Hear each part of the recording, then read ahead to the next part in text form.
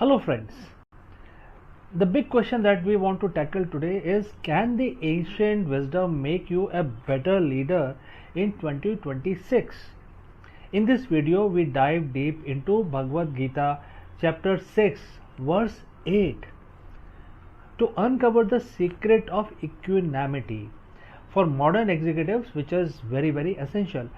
We will discover why the most successful CEOs aren't just masters of the market, they are the master of their own mind.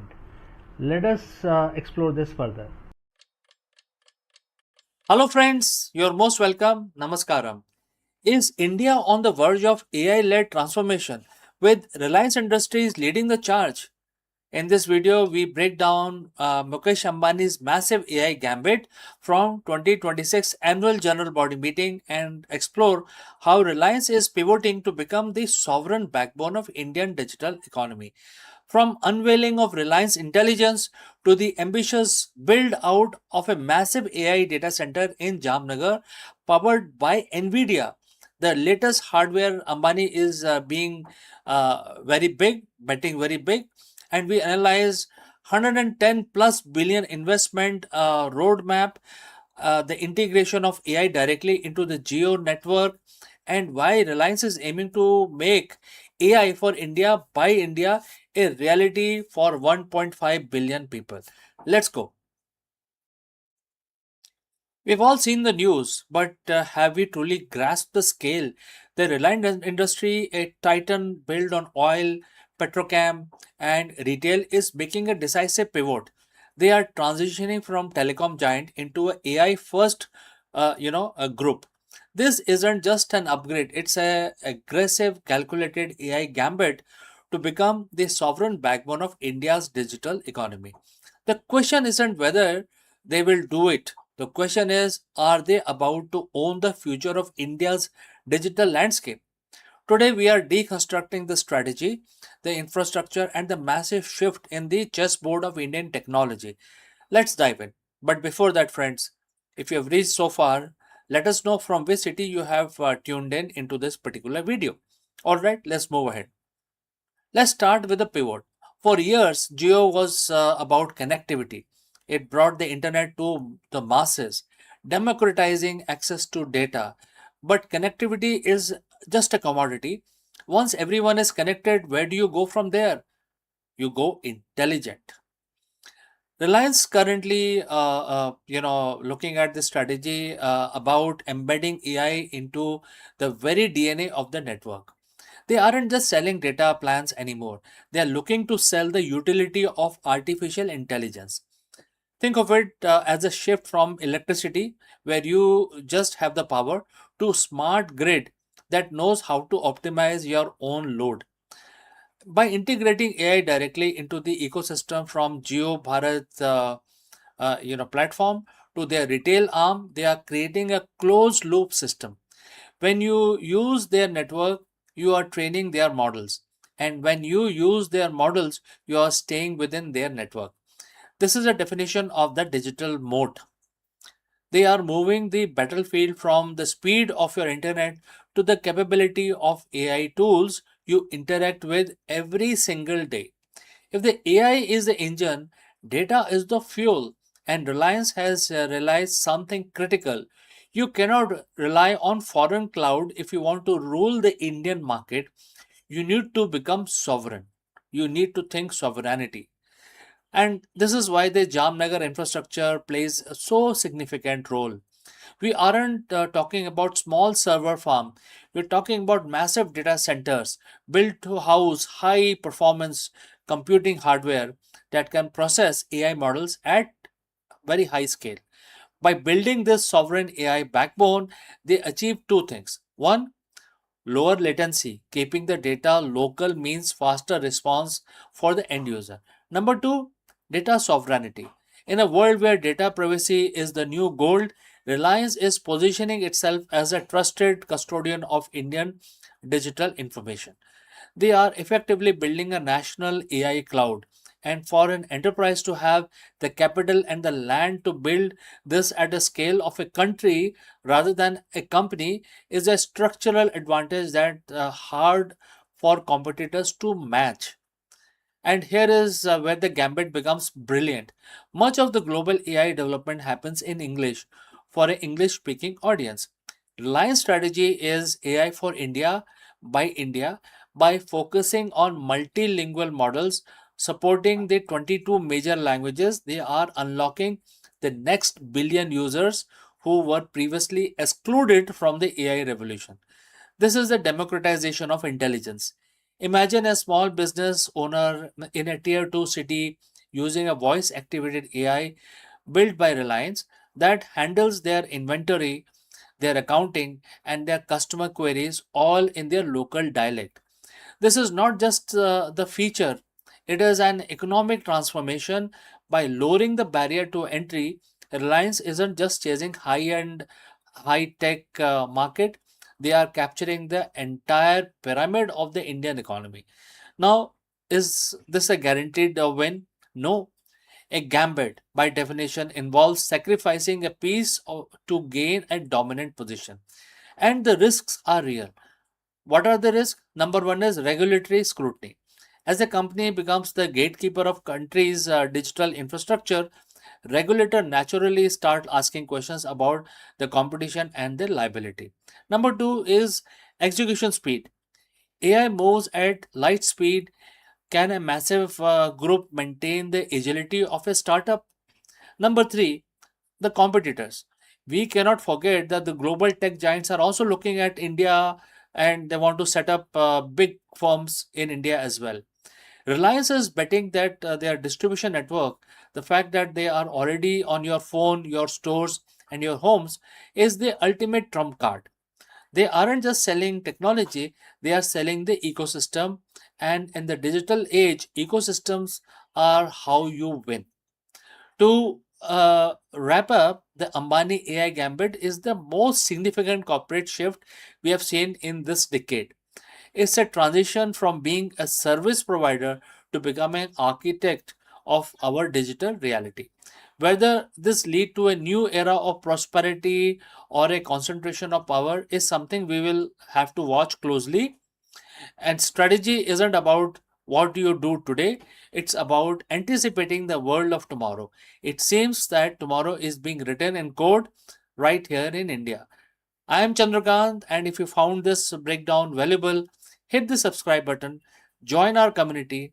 We are here to decode the shifts that matter. Until next time, friends, keep thinking strategically, and I will see you very soon in the next one.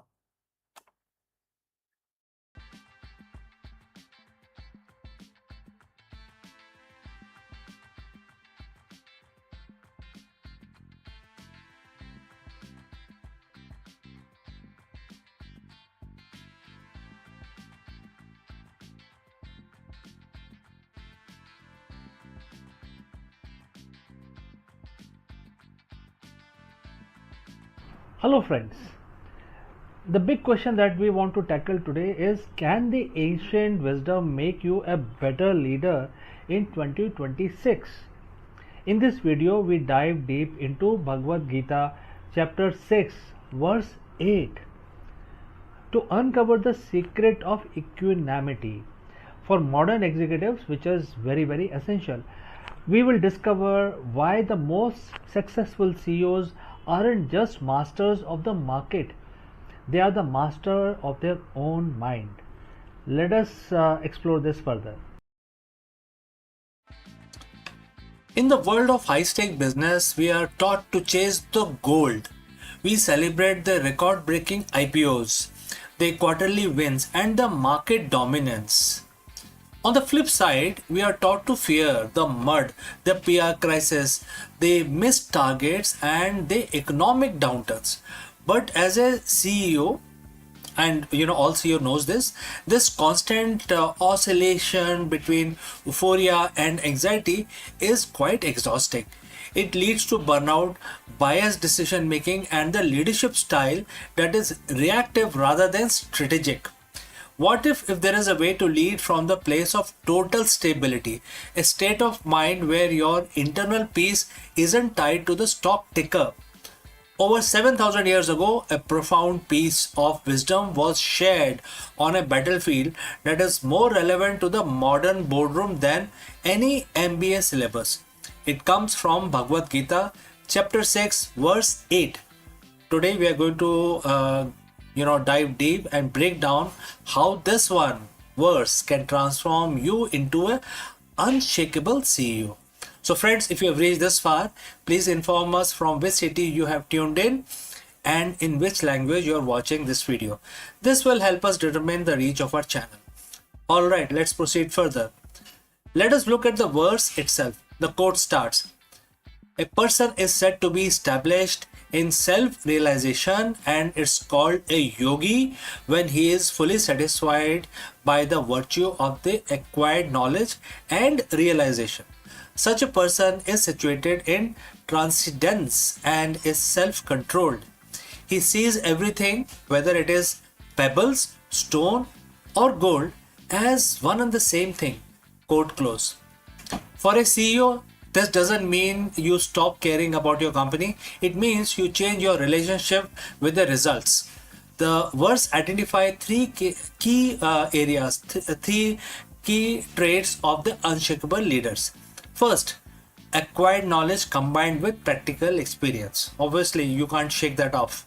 Number two, control over the senses, which includes your ego as well, and also different kinds of extensions that you may have. Number three, ability to see stones and mud and gold with an equal eye, right? That is quite difficult. Now let's get real about the gold and mud. Just look at your office. The gold is that massive Series C funding or being featured on the cover of Forbes magazine. When things are gold, your ego expands. We think we have figured it out, all of it. We become overconfident, take reckless risk, and lose the humility that built the company in the first place. The mud is the supply chain collapse, the key executive quitting, or the negative cycle, some sort of a press release which is negative in nature. When we hit the mud, we panic. We make short-term decisions based on fear, which often makes the situation worse. The Gita tells us that the self-realized leader sees these as equal. Why? Because they are both external and temporary. If your happiness is tied to the gold, you are a slave to the market. If your identity is destroyed by the mud, you aren't leading, you are merely reacting. The unshakable CEO realizes that the value of the soul and the integrity of the mission do not change based on the material outcome of the day. How do we actually implement this? It comes down to three pillars. Pillar number one, knowledge versus realization. Most CEOs have the gyan, which is book knowledge. They know the spreadsheet, but the Gita tells you to get into realized wisdom. This is the gut feeling backed by a calm mind. It is knowing that this too shall pass, right? So what action you can take?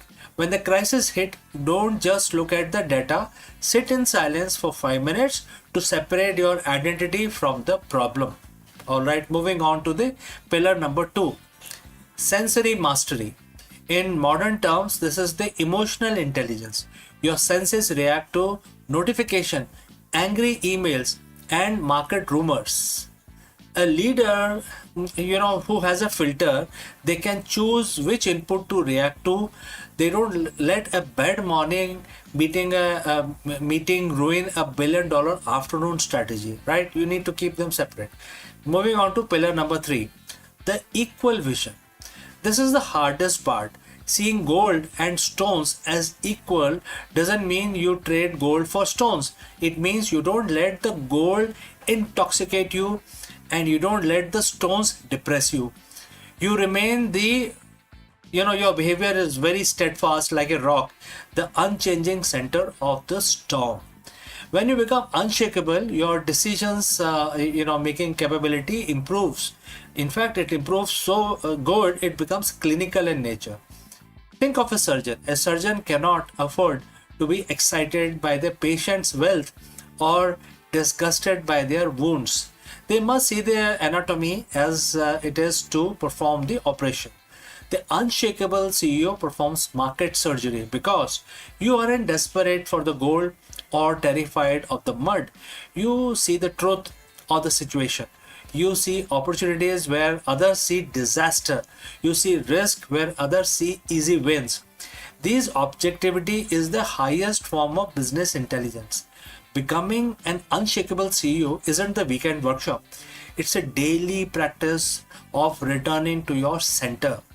So, friends, next time when you are in a high pressure meeting, or the next time you are in celebrating some sort of a win, a massive win, remember chapter 6, verse 8. Ask yourself, am I reacting to the gold or am I standing on the rock? Success is a byproduct of the steady mind. Build the mind and the business will follow. If this ancient perspective on the modern leadership resonate with you, hit the subscribe button, share this with your fellow leaders who need to find their center today. Lead with wisdom, lead with peace, become an unshakable CEO. So we have come to the end of our session today. Before I move on to the next section, a word about our affiliate partner. Stop settling for a good enough video. If your built-in laptop camera looks like a grainy mess, it is time for an upgrade. Want to instantly level up your video presence? I like to present the Lenovo Performance FHD webcam. This is a game changer for your desktop setup. Technically, this is packed. It has a very sensitive RGB sensor, very crisp photographs it takes. Also comes with two microphones on board, which helps you to record very clear voice in stereophonic format. And these microphones are very sensitive. You can actually move away from the camera up to 2 meters and these microphones will pick up your voice without any problem. This is a very strong piece. This is very sturdy. Comes with tripod ready. Comes with a very long leash, so it gives you a lot of flexibility to place the webcam wherever you want to keep in your studio. And also it has a swivel base, which is also very handy. So if you want to basically level up your game and you want to pick up this camera at a discount, please click on the link here or scan the QR code. Now let's get back to our video.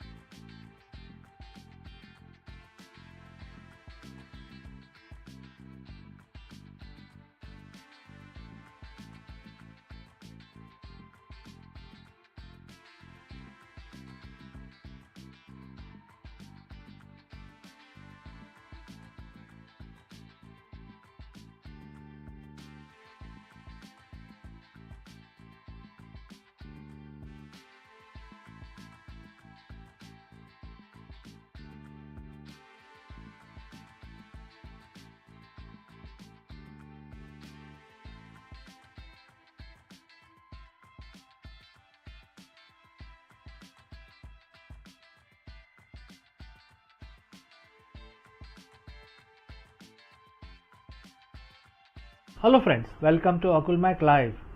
The global economy is at the crossroads.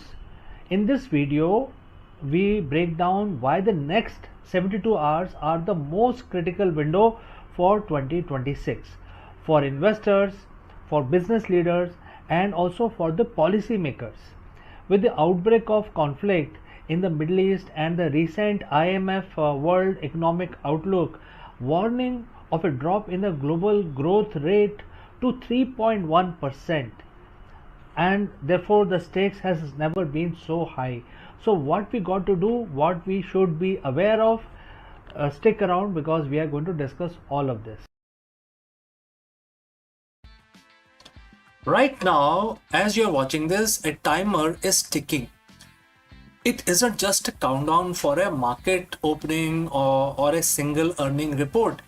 We're entering a 72-hour window that historians may look back on as the definitive pivot point for the global economy in 2026. So why now? Because we are seeing a perfect storm and it is converging.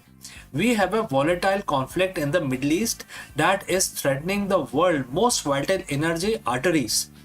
We have an IMF that just sounded the alarm on the growth slowdown, and within the next 3 days, we expect the decisions that will determine if we face a controlled landing or a systemic fracture. By the time this 72-hour window closes, the cost of your energy, value of your currency, and the safety of your investment could look radically different. And here is exactly what is happening behind the scenes. So friends, if you have reached this far, please inform us from which city you have tuned in and which language you are watching this video. This will help us determine the reach of our channel. Alright, let's move ahead. The first pillar of this 72-hour crisis is the energy. As of today, which is April 22nd, 2026, the volatility in the Middle East has moved past rhetoric. Markets are currently pricing in a worst-case disruption scenario. If the next 3 days sees an escalation that impact the Strait of Hormuz, we aren't just looking at $100 per barrel oil. We are looking at the supply side shock that could paralyze the European and Asian manufacturing. But it's not just about pricing at the pump. It's about the inflation ghost. Just as the central bank thought they had a handle on the rising price, the energy spike threatened to send the projected 2026 inflation rate of 4.4% or even higher. In this next 72 hours, look for the energy pivot. If the prices break past key resistance level, the global manufacturing sector will go into a defensive mode, and that means layoff and stalled growth. While the headline focus on the conflict, the underlying math is equally terrifying. Last week, the IMF released the World Economic Outlook. The headline was grim. The global growth is projected to fall to 3.1%. Imagine, only 3.1%. But the real story is in the next 72 hours of the diplomatic response. Financial leaders are currently meeting to decide if they will coordinate a liquidity injection or if it's if every nation for itself. We are seeing a massive divergence. While some economies are showing resilience, others, particularly in the developing world, are facing a debt wall. If we don't see a collaborative signal from the G7 or the IMF in these 3-day window, we could see a flight to quality that strip emerging markets of their remaining capital. This is the great repricing of 2026, and it is happening in real time as we speak. When the world gets scared, money moves fast. In the next 72 hours, we are watching the 3 safe havens, which is gold, US dollars, and increasingly digital assets. Gold has already been hitting the record high, but the next 3 days will test its ceiling. If we see a breakout, it's a signal that the big institutional players have lost faith in a quick diplomatic resolution. Simultaneously, the US dollar is weaponizing itself again. As the dollar strengthens, it puts immense pressure on every other currency for businesses in London, Tokyo, or New Delhi. A 72-hour surge in the dollar market, makes their imports more expensive and their debt harder to pay. Watch the currency pairs closely. The tipping point is usually a 3-day trend that becomes month-long slide. So, what does this mean for people like you and me? The next 72 hours aren't about panic; they are about positioning. If you are an investor, watch the $100 oil per barrel mark and the 10-year treasury yield. If you are a business owner, look at your supply chain exposure in the Middle East. And if you are just watching your personal finances, understand that the low inflation era we hoped for is being challenged by these 72 hours of geopolitical reality. The world moves fast, but the economy moves in cycles. We are at the end of one cycle and the beginning of another. We'll be monitoring every headline, every market tick, and every diplomatic cable as they come in. Make sure you subscribe in a window. This is very critical. Being 24-hour late is the same being absolutely wrong. So stay vigilant. The clock is running, and I'll see you in the next update, my friends. Before I wind up, a word about our affiliate partner. Stop settling for a good enough video. If your built-in laptop camera looks like a grainy mess, it is time for an upgrade. Want to instantly level up your video presence? I like to present the Lenovo Performance FHD webcam. This is a game changer for your desktop setup. Technically, this is packed. It has a very sensitive RGB sensor, very crisp photographs it takes. Also comes with two microphones on board, which helps you to record very clear voice in stereophonic format. And these microphones are very sensitive. You can actually move away from the camera up to 2 meters, and these microphones will pick up your voice without any problem. This is a very strong piece. This is very sturdy. Comes with tripod ready. Comes with a very long leash, so it gives you a lot of flexibility to place the webcam wherever you want to keep in your studio. And also it has a swivel base, which is also very handy. So if you want to basically level up your game and you want to pick up this camera at a discount, please click on the link here or scan the QR code. Now let's get back to our video.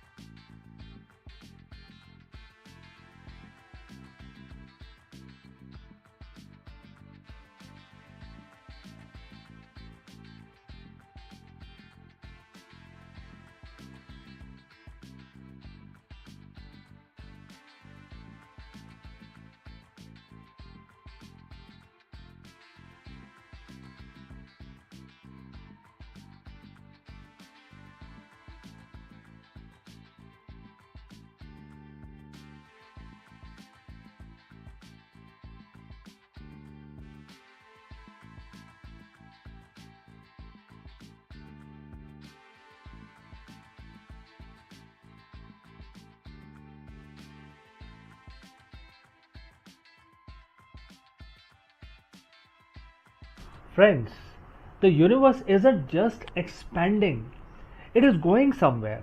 From the mysterious great attractor to the inevitable big freeze, where everything actually heading? That's a very big question that we want to address today.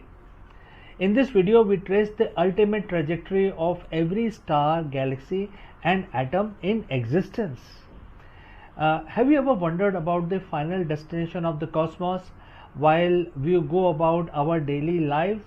Our Milky Way galaxy is screaming through space at 2.2 million kilometers per hour. But where it is going, what is pulling it? Let us discuss this further. On a clear night, the universe looks like a photograph, frozen, eternal. But the truth is, we are living inside a cosmic stampede. Right now, you are sitting on a planet that is spinning at 1600 kilometers per hour. The planet is orbiting a star at 107,000 kilometers per hour. The star is dragging us around the center of the Milky Way at 800,000 kilometers per hour, but even the galaxy itself isn't sitting still. Our entire island universe is screaming through the void towards a destination we cannot see, and the overall speed at which we are moving right now is 2.2 million kilometers per hour. Everything, every star, every black hole, every atom is on a journey, but where is it actually going? Is there a finish line? Or is the universe just running away from itself? Today, we are tracing the ultimate trajectory of the cosmos from the great attractor to big freeze. We are looking at the final map of the existence itself. So friends, if you have reached this far, please inform us from which city you have tuned in and in which language you are watching this video. This will help us determine the reach of our channel. Alright, let's proceed further. To understand where we are going, we have to look at our neighborhood. We live in a Lanakia supercluster, a massive web of 100,000 galaxies spanning 500 million light years.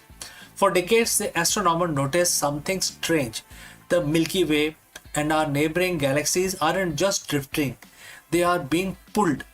We are moving towards a specific region of space hidden behind the zone of avoidance, an area obscured by our own galaxy's dust, and therefore we actually cannot see clearly what is where we are going and what is pulling our galaxies.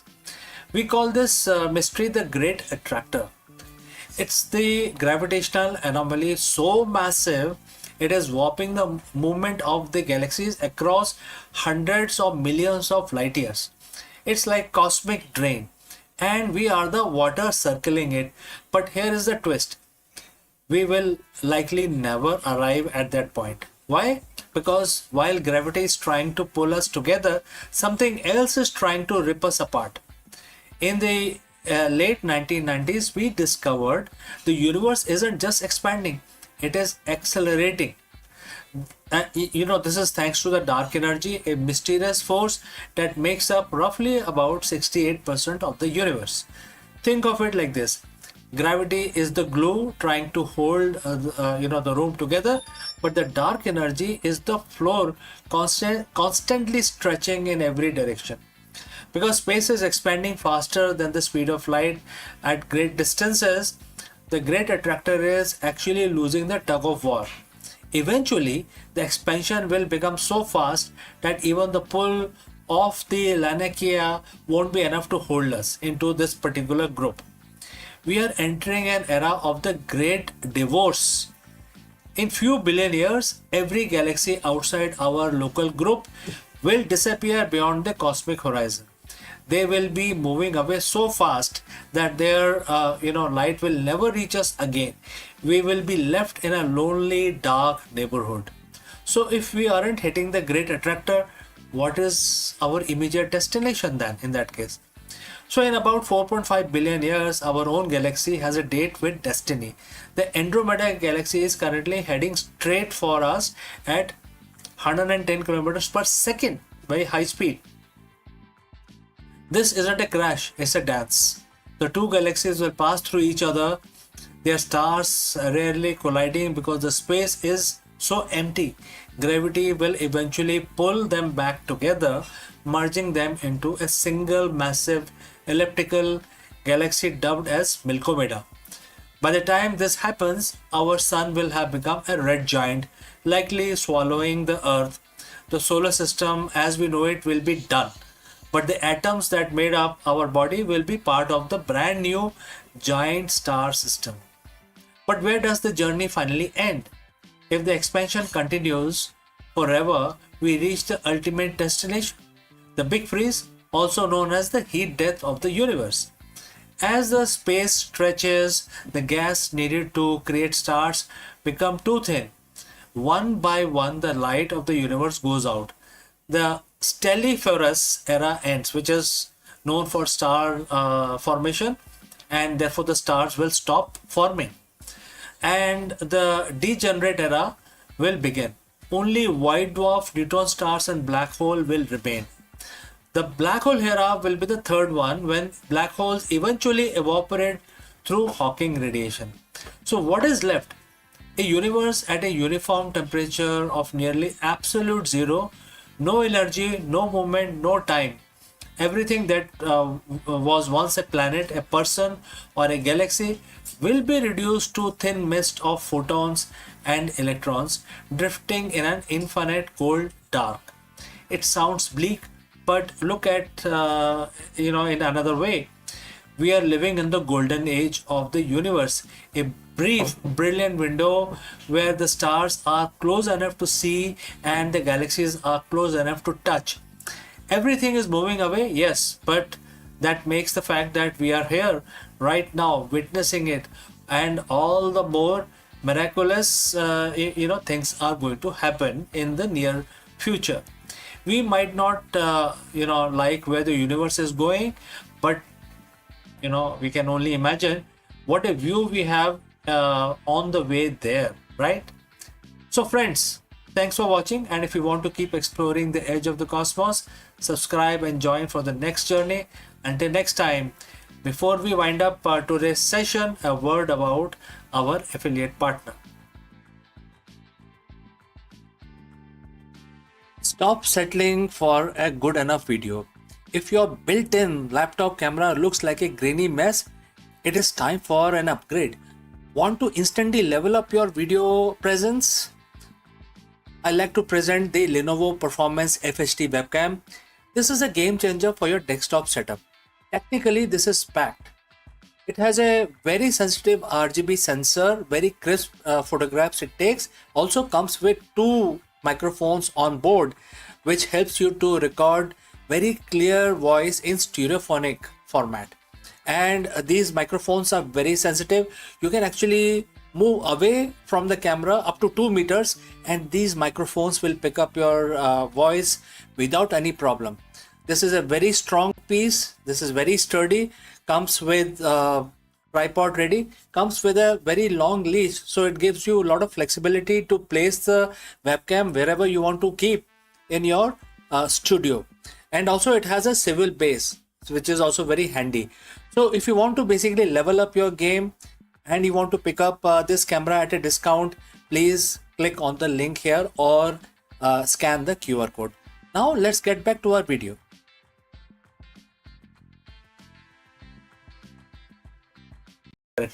Well, stop imagining.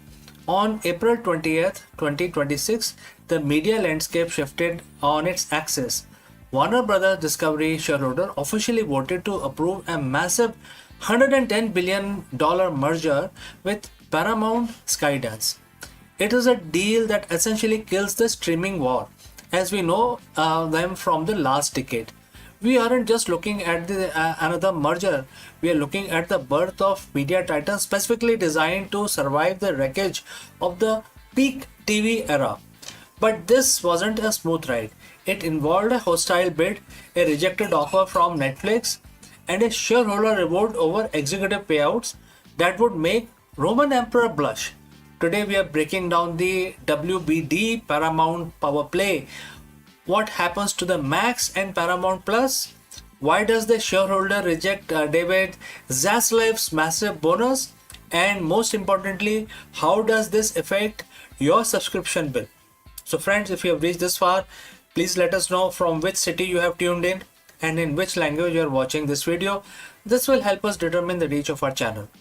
Now let's talk money. Paramount Skydance, led by David Allison, is acquiring 100% of the Warner Brothers Discovery.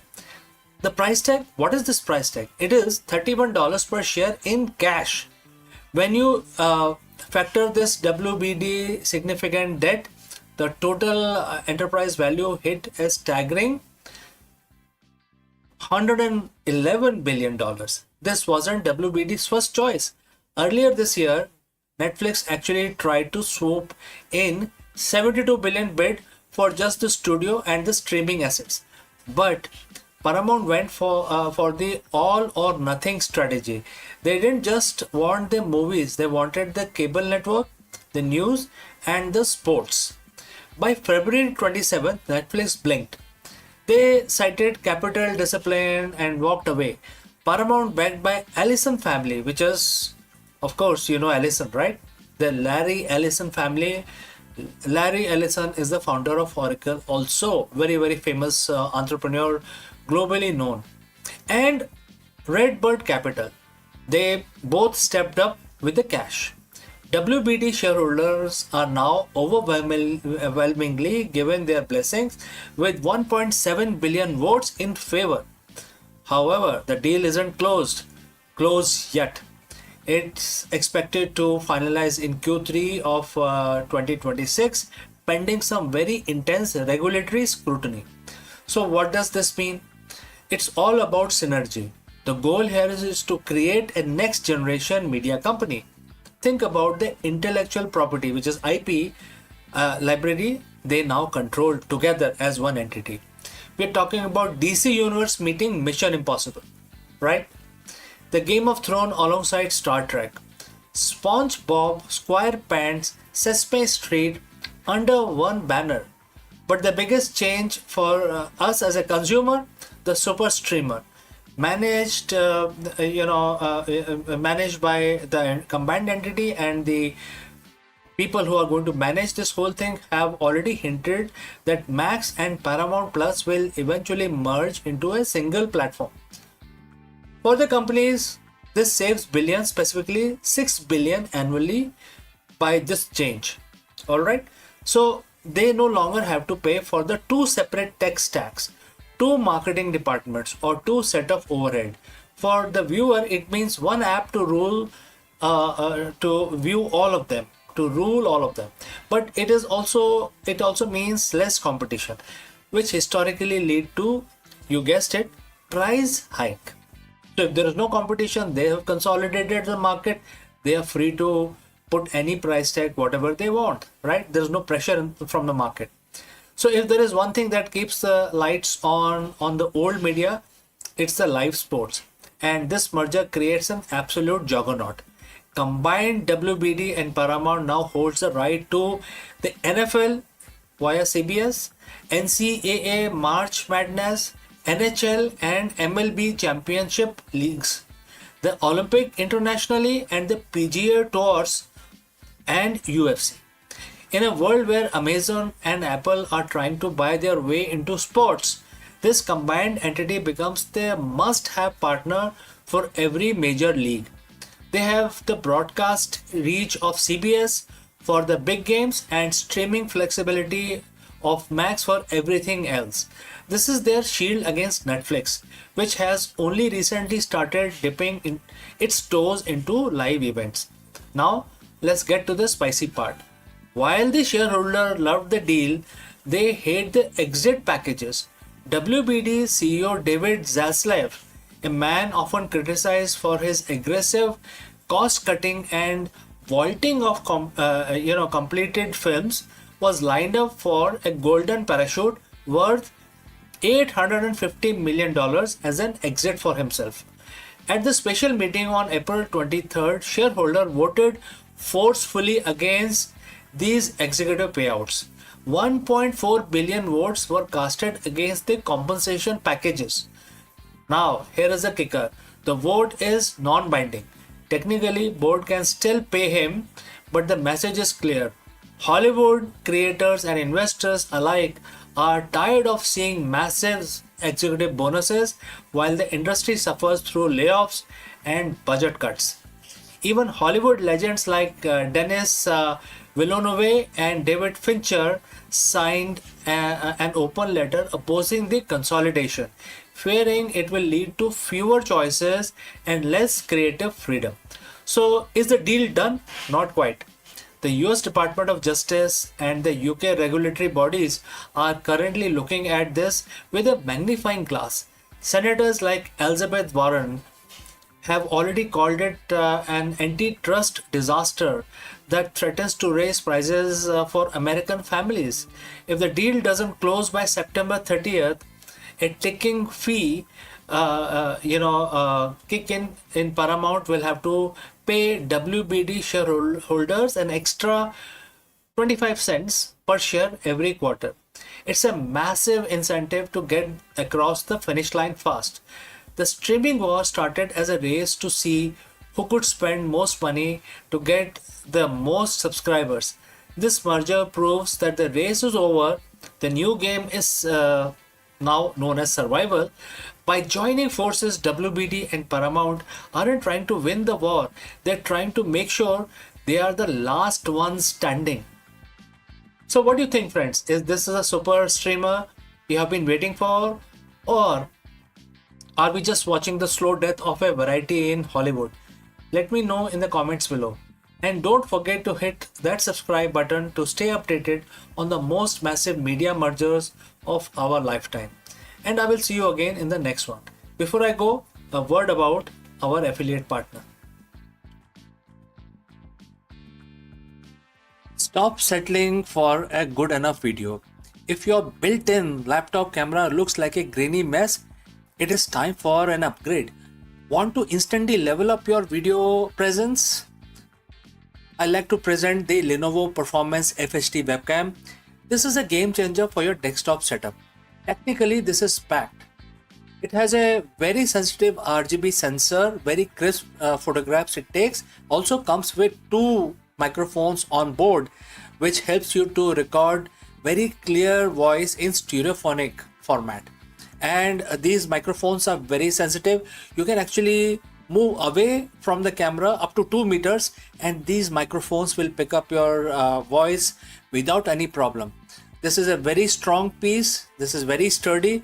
Comes with tripod ready. Comes with a very long leash, so it gives you a lot of flexibility to place the webcam wherever you want to keep in your studio. And also it has a swivel base, which is also very handy. So if you want to basically level up your game and you want to pick up this camera at a discount, please click on the link here or scan the QR code. Now let's get back to our video.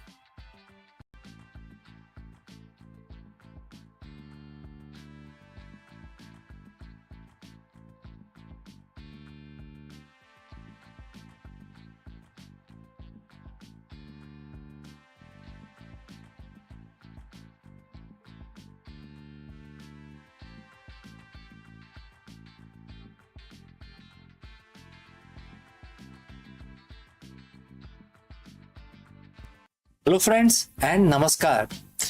Is your business strategy built on a foundation of sand? Like a sand castle? I'm sure everybody gets this kind of a feeling and there are no straightforward answers. Therefore, in this video, we dive into a powerful and sobering lessons from Bhagavad Gita and apply its ancient wisdom to the high-stake world of modern leadership.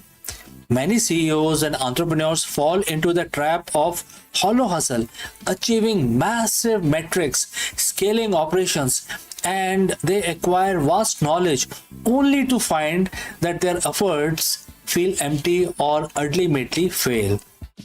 Let's go forward and discuss this further. We've all seen it.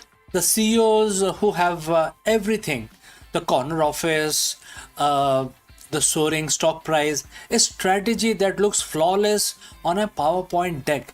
They are brilliant, driven, and possess a wealth of technical knowledge, technical know how. But then it happens. Despite the perfect plans, the culture rot from within. The strategy lead to a moral or financial dead end.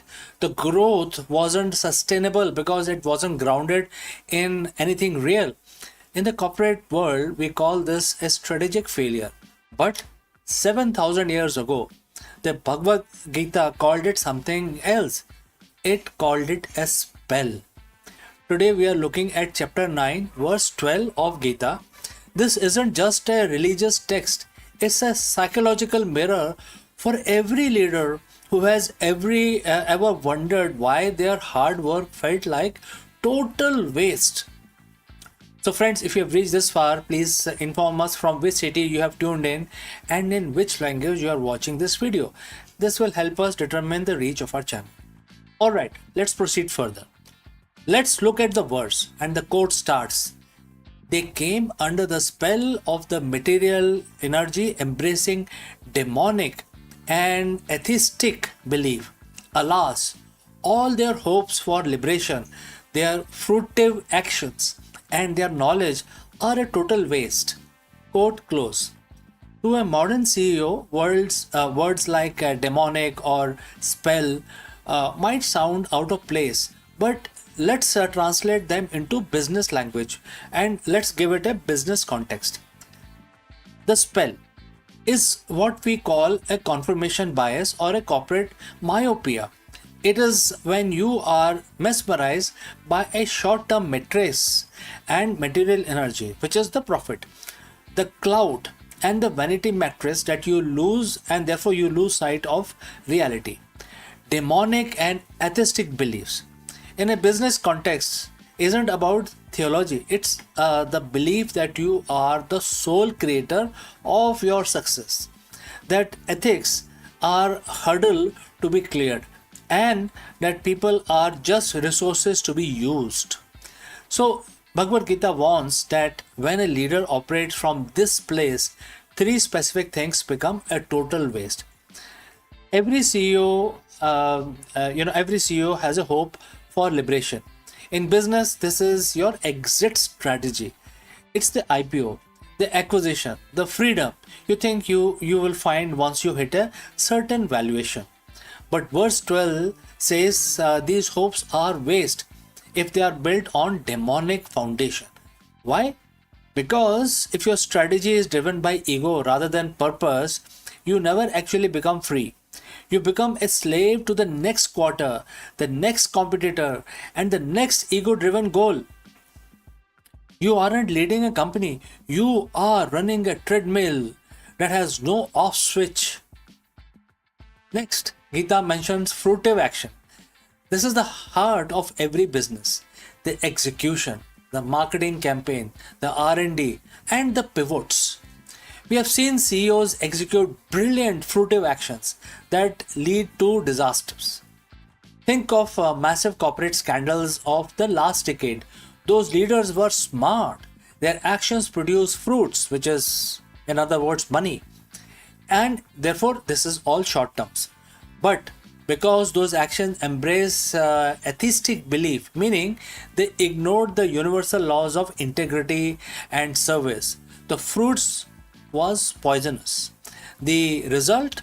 Total waste, lawsuits, bankruptcy, and destroyed reputation. This is the most painful part for a leader. The Gita says your knowledge is a total waste. You might have an MBA from Harvard.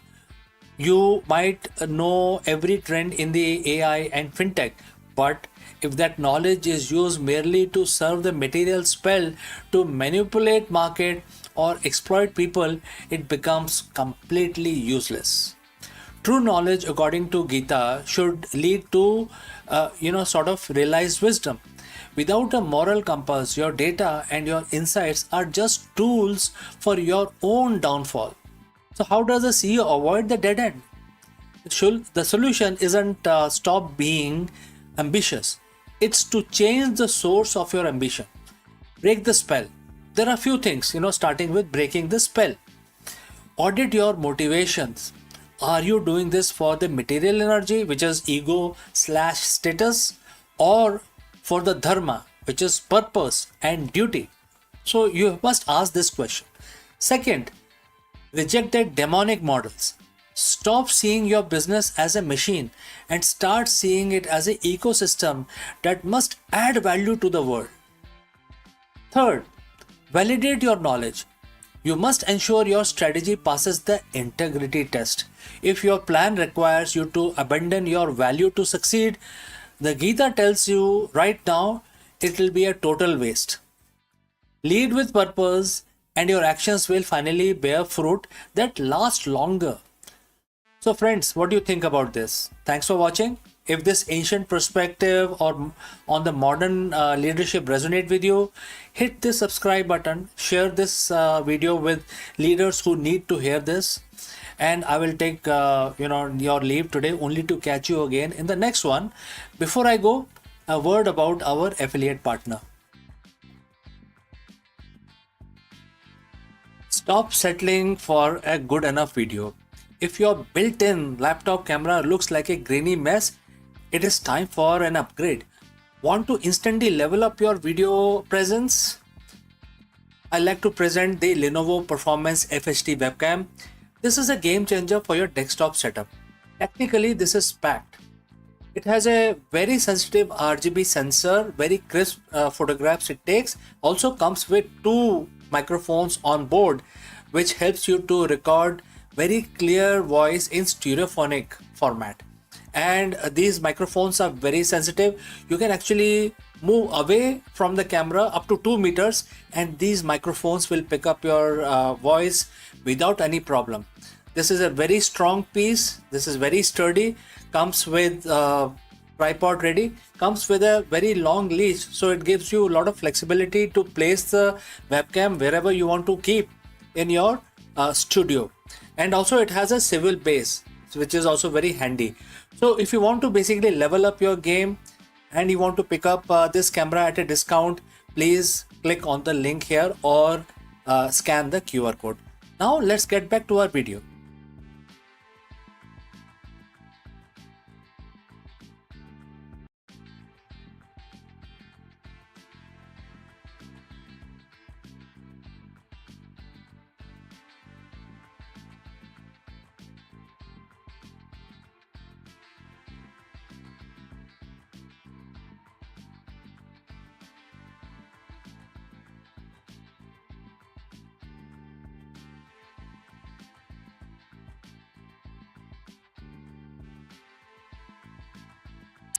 In the vast orchestra of human brain, not every instrument plays with equal resilience.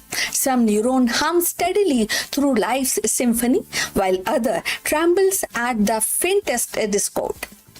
The multiple sclerosis, long seen as a sweeping storm against the nervous system, is now revealed to the strike with a selective fury, targeting the most fragile player in this ensemble. New research uncovered that the certain brain cells stretched thin by their energy demand and delicate architectures are far more vulnerable to the disease relentless assault. And this discovery reframes MS as a uniform battle, but as a war fought on unseen terrain where the weakest link determined the fate of the whole. So let's find out more.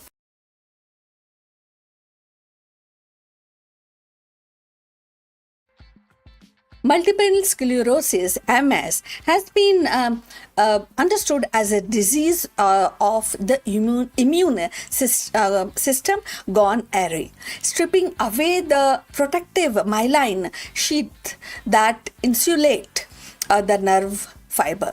Yet, despite the decades of research, one question has lingered. Why do certain regions of the brain and the spinal cord suffers more damage than the others? Recent findings have begun to illuminate this mystery, revealing that not all brain cells are equal in their vulnerability. Some neurons, by virtue of their structure, function, or metabolic demands, appear to be more immune to kind of destructive cascade of MS than others. The study in question used advanced imaging and molecular profiling to map the landscape of neuronal damage in MS patients. Researchers discovered that the specific populations of neurons, particularly those involved in long-range communication across the brain, showed heightened sensitivity to the inflammatory attacks. And these cells, often with the extended axon stretching across multiple brain regions, requires enormous amount of energy to maintain the signaling. When the inflammation disrupts their metabolic balance, they flatter more quickly than the shorter, more localized neuron. And this vulnerability may explain why MS patients often experience symptoms tied to coordination, vision, or cognitions, and the very function that rely on these long, energy-hungry neutral pathways. So, if you have reached this far, please inform us from which city you have tuned in and in which language you are watching this video. This will help us to determine the reach of our channel. So, moving forward, another striking revelation was the role of oligodendrocytes, the cells responsible for producing myelin. Not all oligodendrocytes are created equal. Some subtypes appear more resilient, capable of remyelinating damaged axon, while the other succumb rapidly to the immune assault. The uneven distribution of these cell types across the brain may carry hotspot of vulnerability, regions where the damage accumulate faster and recover lag behind. So these cellular patchwork could amount for the unpredictable progression of MS. Where one patient experienced sudden vision loss while the other struggles with the motor control. The finding also highlight the importance of mitochondrial health. Neurons with weaker mitochondrial reserve and tiny powerhouses that fuel cellular activities were disproportionately affected. And in MS, inflammatory molecules can impair the mitochondrial functions, leading to energy shortage. For neurons already operating at the edge of their metabolic capacity, this shortage is catastrophic. And they lose the ability to transmit signals effectively or contributing to the neurological deficient that define the disease. So from the therapeutic perspective, these insights are profound. If certain neurons and oligodendrocytes are more vulnerable, treatment could be tailored to protect or bolster them specifically. For instance, the drug that enhance mitochondrial resilience or promote the survival of the remyelinating oligodendrocytes might slow disease progression. Similarly, the therapies that reduce the inflammatory burden on the long-range neuron could preserve the critical functions like memory and the motor coordinations. The research suggests a shift from the broad immunosuppression towards the precision strategies that safeguard the brain's most fragile components. So beyond the lab, these implications ripple into the living or lived experience of MS patients. Understanding why certain patients or why certain symptoms emerge and persist offers validation for those whose struggles have seen more profound, more implicable diseases, and the way they actually respond to the drugs. So it also opens opens the door to more personalized prognosis. The clinicians may one day predict which functions are most at risk in a given patient based on their cellular vulnerability profile. So, such a foresight could guide rehabilitation, lifestyle adjustments, and psychological support, making the journey with the MS less uncertain. The discovery that some brain cells are inherently more vulnerable reframes MS not just as an immune disorder but as a condition of cellular fragility. It underscores the delicate balance that sustains brain function and how easily it can be tipped by inflammation. And in doing so, it brings hope that by identifying and protecting the brain's weak link, science may one day transform MS from a relentless disease into a manageable condition. So, in the end, what these discoveries reveal is not just the fragility of certain neurons, but the resilience of science itself. By uncovering the weak link in the brain's vast network, researchers are charting a path towards precision therapies that protect the most vulnerable cells, and multiple sclerosis, once seen as a uniform storm, now emerged as a selective battle, one that can be fought with a sharper insight and targeted care. The story of MS is no longer only about the loss. It is about the possibility of safeguarding the brain's delicate symphony and ensuring that even its quickest note continue to play. So now we have come to the end of this discussion.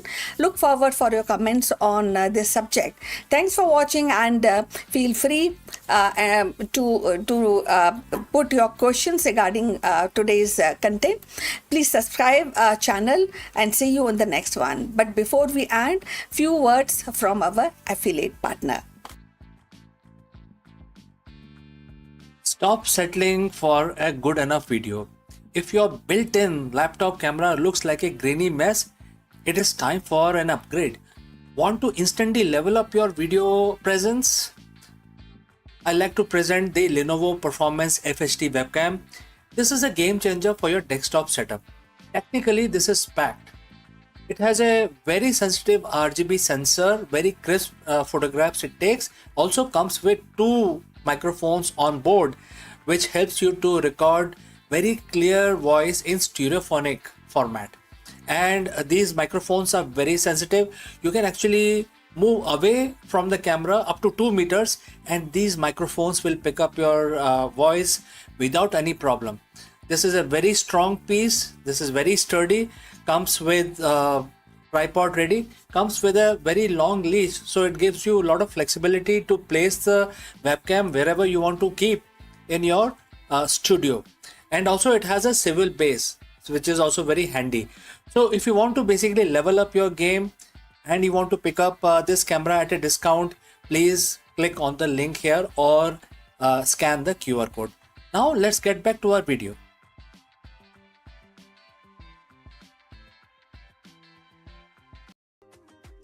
Hello friends, welcome to this high-level executive briefing.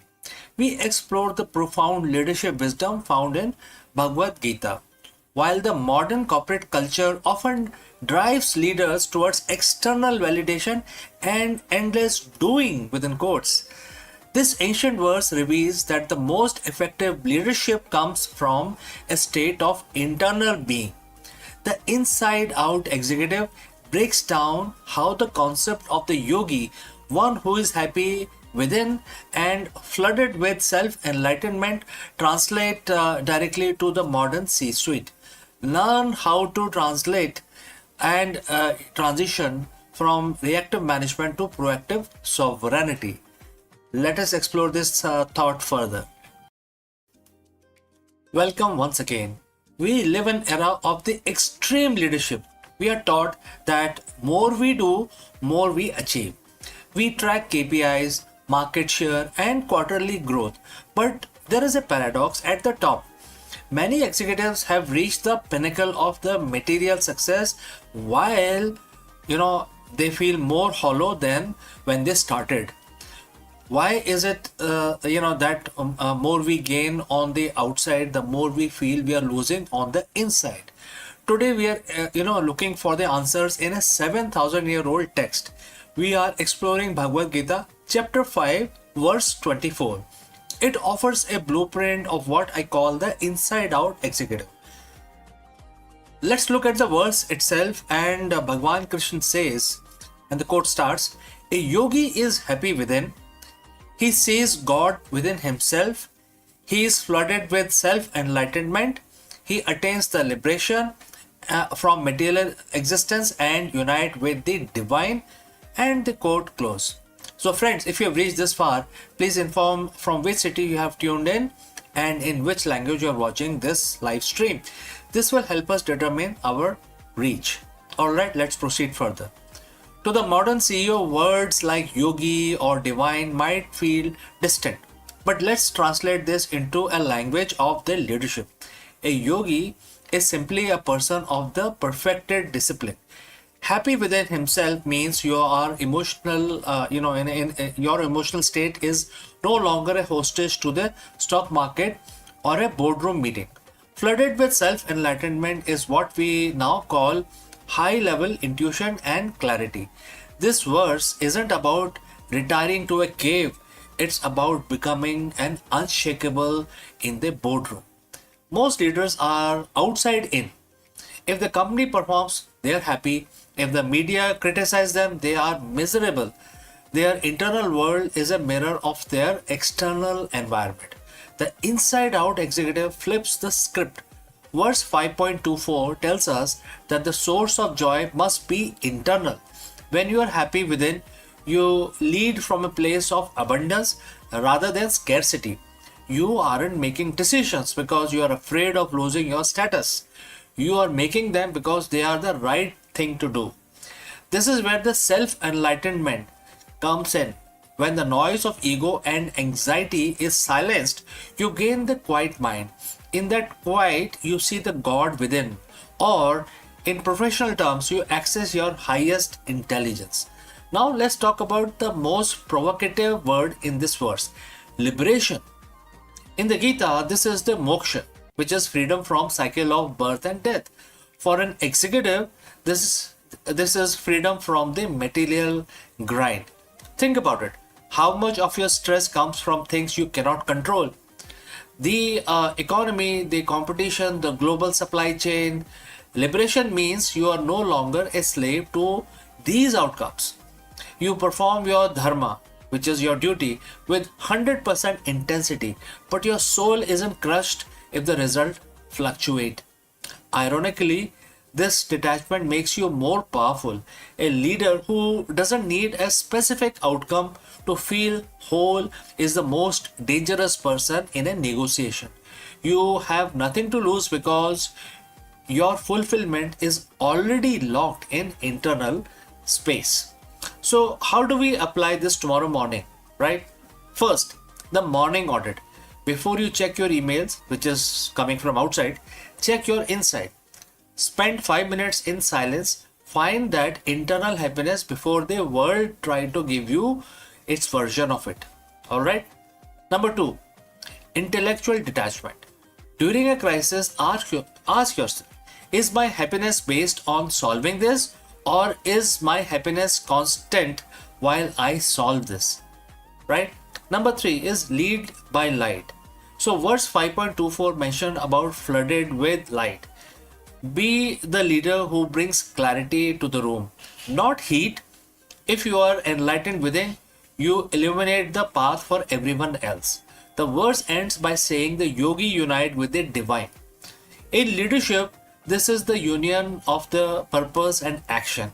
When your internal state matches your external impact, you aren't just working anymore, you are fulfilling your mission. So, don't just lead a company, lead yourself first. Be the inside out executive. And friends, we have come to the end. Thanks for joining live. Thanks for your time. If you have any questions, please do not hesitate to send it across. Before we end this section, a word about our affiliate partner. Stop settling for a good enough video. If your built-in laptop camera looks like a grainy mess, it is time for an upgrade. Want to instantly level up your video presence? I like to present the Lenovo Performance FHD webcam. This is a game changer for your desktop setup. Technically, this is packed. It has a very sensitive RGB sensor, very crisp photographs it takes. Also comes with 2 microphones on board, which helps you to record very clear voice in stereophonic format. And these microphones are very sensitive. You can actually move away from the camera up to 2 meters and these microphones will pick up your voice without any problem. This is a very strong piece. This is very sturdy. Comes with tripod ready. Comes with a very long leash, so it gives you a lot of flexibility to place the webcam wherever you want to keep in your studio. And also it has a swivel base, which is also very handy. So if you want to basically level up your game and you want to pick up this camera at a discount, please click on the link here or scan the QR code. Now let's get back to our video.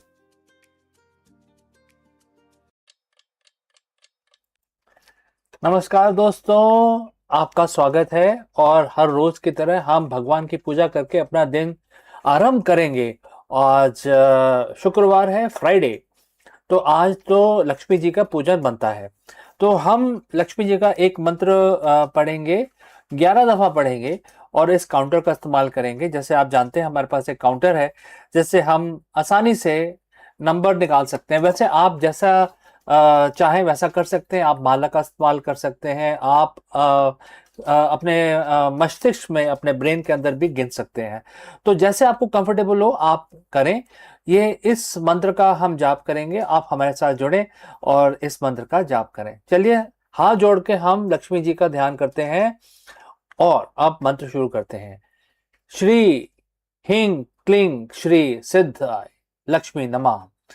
ओम श्री ह्रीं क्लीं श्री सिद्धाय लक्ष्मी नमः। ओम श्री ह्रीं क्लीं श्री सिद्धाय लक्ष्मी नमः। ओम ह्रीं श्रीं क्लीं सिद्धाय लक्ष्मी नमः।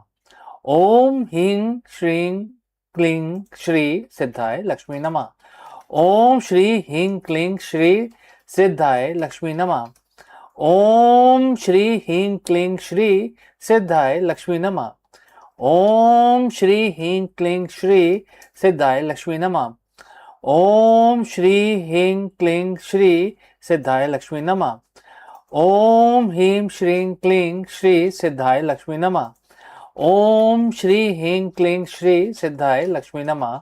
ओम ह्रीं श्रीं श्री सिद्धाय लक्ष्मी नमः। तो ओम लक्ष्मी नमः, ओम लक्ष्मी नमः। तो हमारा ये मंत्र समाप्त हुआ और हम अब अपना दिन शुरू कर सकते हैं। तो आपका दिन भी शुभ रहे, मंगलमय रहे, इसी कामना के साथ इस वीडियो को बंद करते हैं। मिलते हैं जल्द ही दूसरे वीडियो में। कहीं मत जाइएगा। Hello friends, you are most welcome. Namaskaram.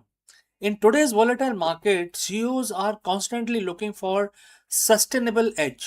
While we obsess over metrics and ROI, the ancient wisdom offers a different perspective on growth and risk management. In order to address this issue, we will take help of Bhagavad Gita, and in this video we break down some of the learnings that can, tell us how to do better risk management. Let's go and discuss this further. Friends, you are a CEO.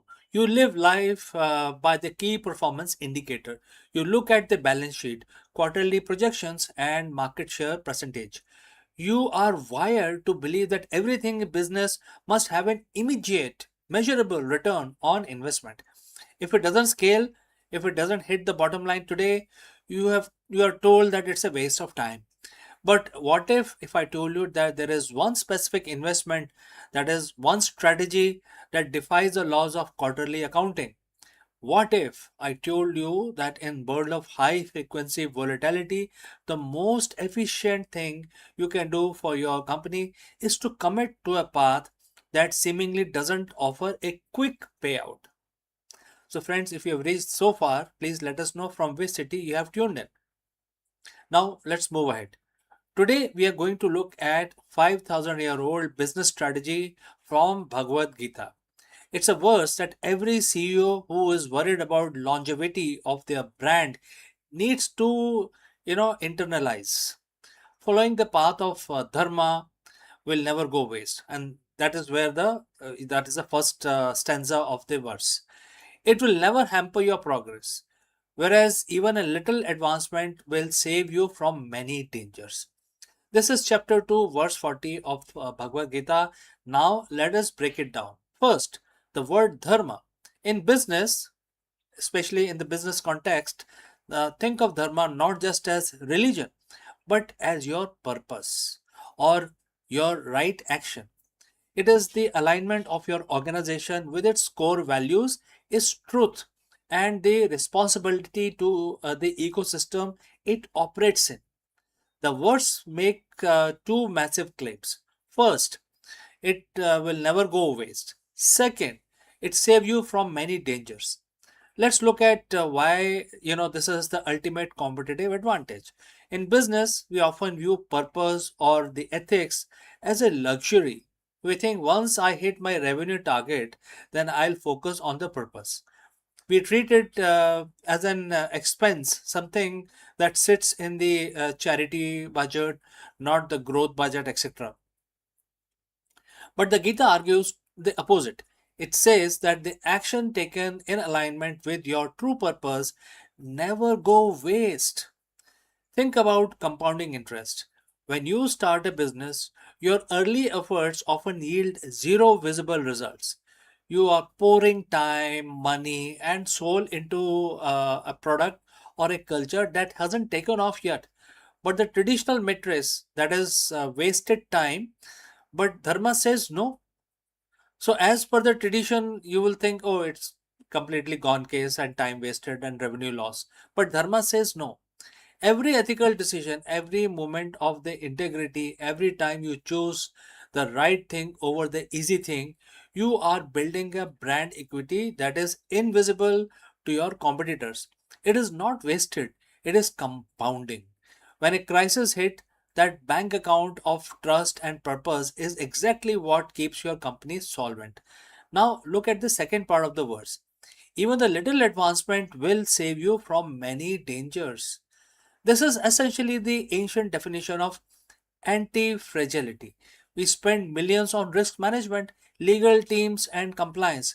We try to build walls around our business to prevent disaster.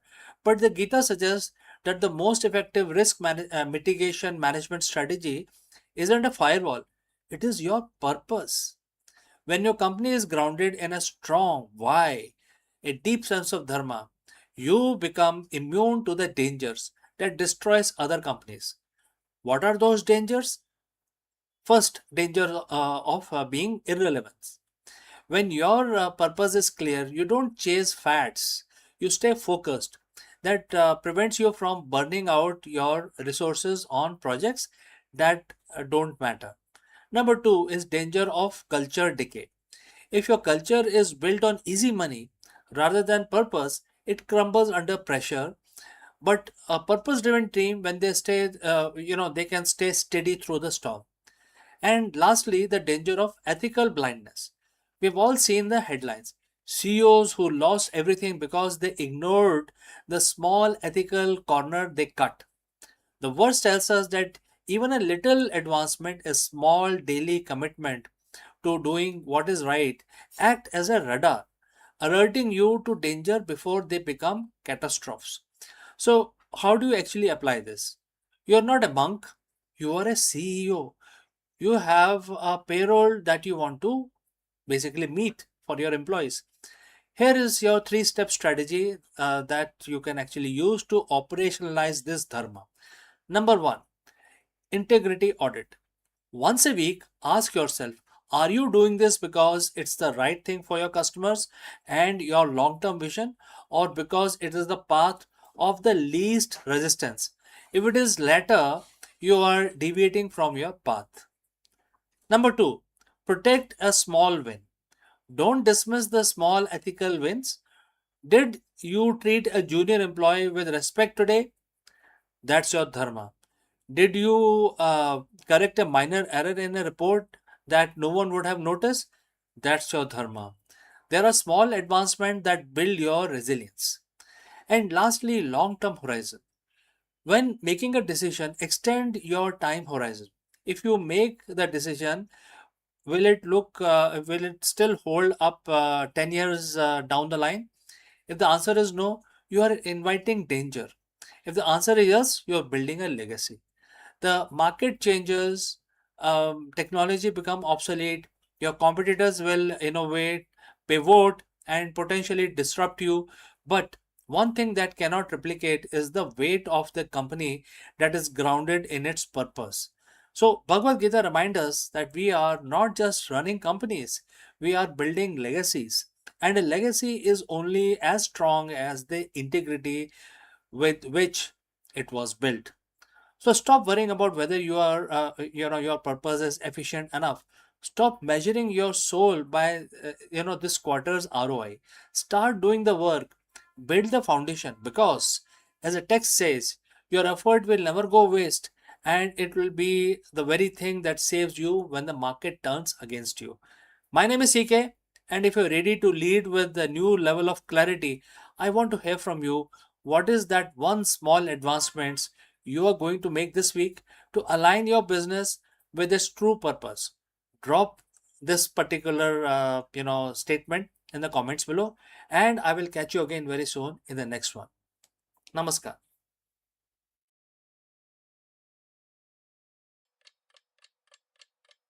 Hello, friends, and namaskaram.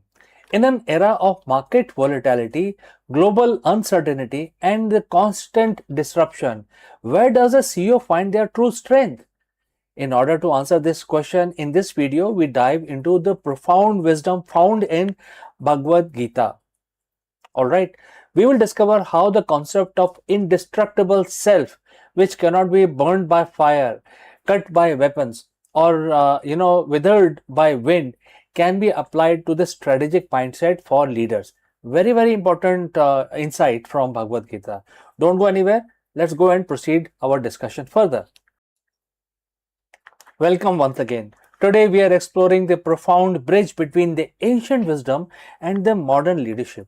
If you are an executive, founder, or a leader navigating the high pressure landscape of 2026, you know that resilience is not just a soft skill, it is the most critical asset. Often leadership advice focuses on the external tools, productivity hacks, AI integration, or the market strategies. But the Bhagavad Gita, specifically mentioned in chapter 2 and verse 23, invite us to look at the inner architecture of the resilience. In this verse, Bhagwan Krishna explains the nature of self to Arjun on the battlefield, providing a masterclass in emotional detachment and psychological stability. Let's dive into what this means for you in the boardroom and for all other leaders. So friends, if you have reached this far, please inform us from which city you have tuned in and in which language you are watching this video. This will help us determine the reach of our channel. Alright, let's proceed further. The quote starts, "This self cannot be cut by weapon, nor burned by fire. It cannot be moistened by water, nor withered by wind." And the quote close. Such a simple verse, right? At first glance, this sounds like a metaphysical statement. But for the modern executive, it is the psychological blueprint. Krishna is teaching Arjun that his true identity, his core capacity for decision making and judgment, is independent of the external threats. In your professional life, you face weapons of criticism, fire of markets, disruption, floods of regulatory changes, and winds of economic volatility. The verse teaches us that our core composure must be distinct from those which are coming from the external pressures. So, how do you translate this into executive action for us, for modern leaders? Starting with separate identity from outcome. When a project fails, many leaders feel cut or burned. They, internalize the failure as a personal defeat. Gita teaches us to view professional outcome as external variable. Your value as a leader, your clarity, your integrity, your vision remains untouched even when the specific business initiative fails. This is the ultimate form of detachment. Next is the maintaining equanimity. Bhagavad Gita teaches, balance, remaining balance in success and failure. When you realize that your inner self is resilient, you stop reacting erratically to market noises. You move from state of reaction to the state of responses, which is acting with purpose. Next is the unburnable mindset.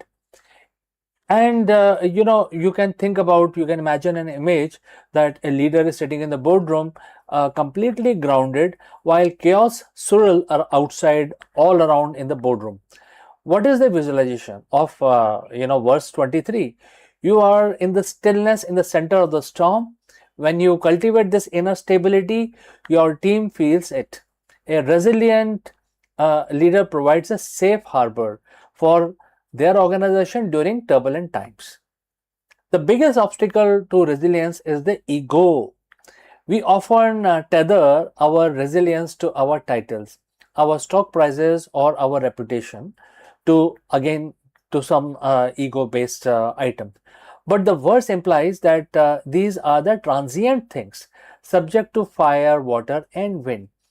When you base your resilience on external achievements, you are brittle.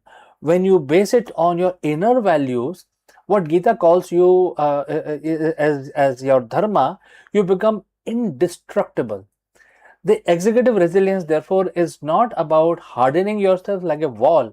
It's about understanding that your true source of strength is internal, and it is the ability to show up to the board during the board meeting with the same clarity after a massive success as you would after a major setback as well. So, basically, equanimity you need to maintain.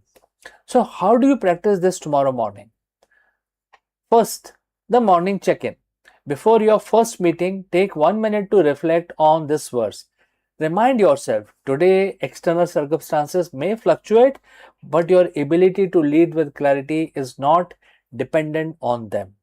Next, neutral observation. During a crisis, pause. Instead of asking, why is this happening to me? Practice viewing the situation as an external event like fire or wind that you must navigate rather than something that defines your character. Third is outcome based detachment.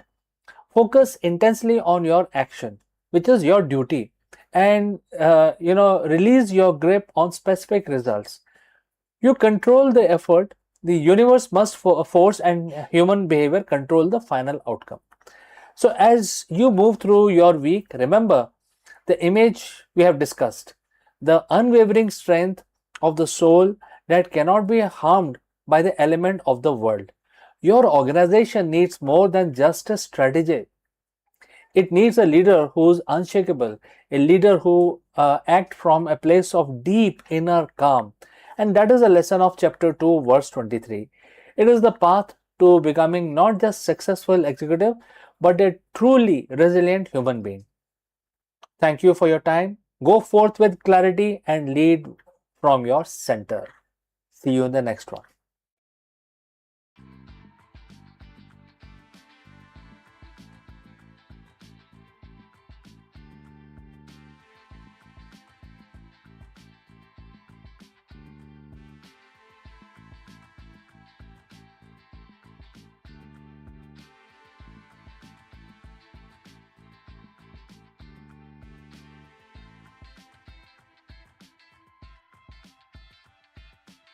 sun is not silent.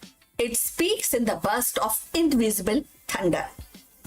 For centuries, we have seen its flare and storm, but Parker Solar Probe has now tuned our ears to a deeper frequency. Hidden within the blazing corona, magnetic switchbacks snaps like a cosmic whisper, unleashing radio waves that ripple across the solar system. And these bursts are more than a whisper of plasma.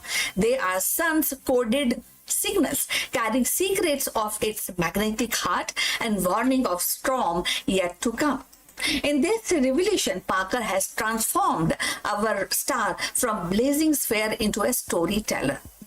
Its switchbacks composing a hidden symphony of light and sound. Let's find out more about this. The sun, our nearest star, has always been a restless giant. Its surface boiling with plasma, its atmosphere alive with storms.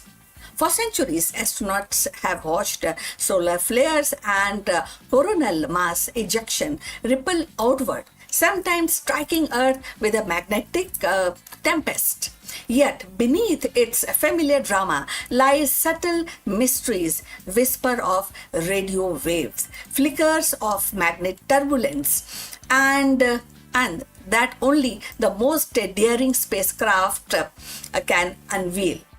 The Parker Solar Probe, humanity's closest emissary to the sun, has now peeled back another layer of its enigma, revealing hidden magnetic switchbacks that gives rise to solar radio bursts. So, radio bursts are sudden and outpouring of electromagnetic energies and streaming across space like invisible thunderclap. They are often triggered when the charged particle accelerate along the magnetic field lines, releasing energy in the form of radio waves. For decades, scientists knew these bursts existed, but their precise origin remained elusive. Were they born in the corona tangled loop? Did they emerge from the shock wave racing through the solar wind? But now Parker Solar Probe diving deep and close to the sun's surface has provided the most intimate clues yet. So if you have reached this far, please inform us from which city you have tuned in and in which language you are watching this video. This will help us to determine reach of our channel. So going forward, as the probe skimmed through the solar atmosphere, its instruments detected abrupt revelation, abrupt uprising the magnetic field. Switchbacks like a king in the garden hose. These switchbacks are not gentle bend, but actually sharp zigzags, flipping the direction of the magnetic field from a brief moment before snapping back. Each switchback carries plasma along with it, accelerating particles and steering the turbulence. The new data suggests that these magnetic switchbacks are fertile ground for radio burst. Miniature accelerator that hurl electrons into spiral, producing the radio signal that astronomers detect across the solar system. So these insight reshapes our understanding and space weather. Now going forward, the discovery is definitely profound. Its link with the two previously disconnected phenomena. On one hand, switchbacks were known as the oddities in the solar wind, puzzling features that hint at the chaotic dynamics near the sun. And on the other hand, radio bursts were catalogued as a distinct emissions useful for diagnosing the solar storm, but poorly understood in origin. The Parker finding weave them together, and the switchbacks are now not mere curiosities, but engine of radio emission, shaping the very soundtrack of sun's activity.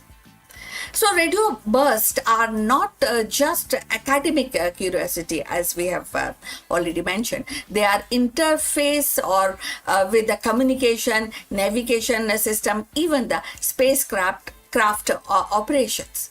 By tracing them back to the magnetic switchbacks, scientists gain predictive power.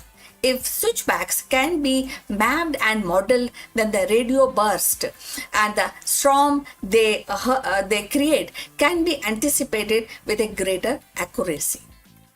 So in essence, Parker has given us a new diagnostic tool, a way to listen to the sun's magnetic heartbeat and foresee its disruptive pulse.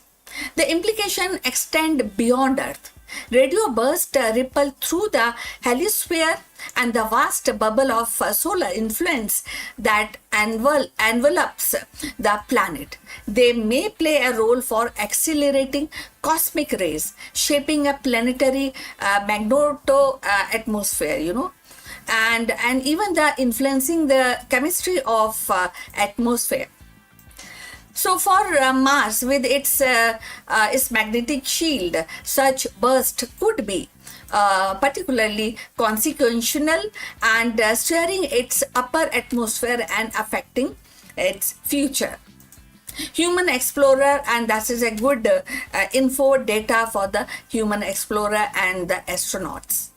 For distinct spacecraft, understanding radio burst is vital for shielding electronics and maintaining communication link. And this is also a poetic dimension to its discovery. The sun, often imagined as a blazing sphere of light, now reveals itself as a symphony of invisible signals. Its magnetic field twists and snaps like violin strings, producing radio notes that echo across the space. So Parker's solar probe, braving the furnace of Corona, has become our ear pressing against the star, catching whispers that were once lost in the cosmic din. Each switchback is a stanza, each burst is a refrain, and composing a hidden music of the sun. So looking ahead, scientists will combine Parker's data with observation from other missions such as the Solar Orbiter to build a full picture. Together, these spacecraft will triangulate the origin of burst and map the geometry of switchbacks and refine model of solar wind. So the ultimate goal is not to understand the sun, but to live safely within its influence. As humanity ventures deeper into space, towards the moon, Mars, and beyond, predicting solar radio burst will be essential as a forecasting storms on the earth. So in a grand narrative of exploration, Parker's discovery is reminder that even the familiar star hold secret. The sun, which has shining upon the earth for billions of years, is still teaching us how its magnetic heart beats. And hidden switchbacks, once invisible, now stands revealed as an architect of radio storm. And with each revelation, we drew closer to mastering the cosmic weather that shapes our destiny among the stars. So in the end, Parker's solar probe has shown us that the sun is not just a blazing sphere of light, but a restless storyteller weaving its tale through the magnetic switchbacks and radio burst. Each hidden kink in this field is a spark of revelation. Each burst a message carried across the solar system. By decoding these signals, we are not only learning to predict the storm that shapes our cosmic environment, but also hearing for the first time the sun's secret voice. The discovery reminds us that even the most familiar star still holds mysteries awaiting to be unveiled, and with every orbit, Tapaka brings us closer to understanding the rhythm of our star's eternal symphony. So, for today, we have come to the end. Magnetic strings and cosmic echoes. That's what is very amazing and very kind of good to really know more about it. So thanks for watching. Please please like and subscribe our channel. See you in the next one. But before we end, few words from our affiliate partner. Stop settling for a good enough video. If your built-in laptop camera looks like a grainy mess, it is time for an upgrade. Want to instantly level up your video presence? I like to present the Lenovo Performance FHD webcam. This is a game changer for your desktop setup. Technically, this is packed. It has a very sensitive RGB sensor, very crisp photographs it takes. Also comes with 2 microphones on board, which helps you to record very clear voice in stereophonic format. And these microphones are very sensitive. You can actually move away from the camera up to 2 meters and these microphones will pick up your voice without any problem. This is a very strong piece. This is very sturdy. Comes with tripod ready, comes with a very long leash, so it gives you a lot of flexibility to place the webcam wherever you want to keep in your studio. And also it has a swivel base, which is also very handy. So if you want to basically level up your game and you want to pick up this camera at a discount, please click on the link here or scan the QR code. Now let's get back to our video.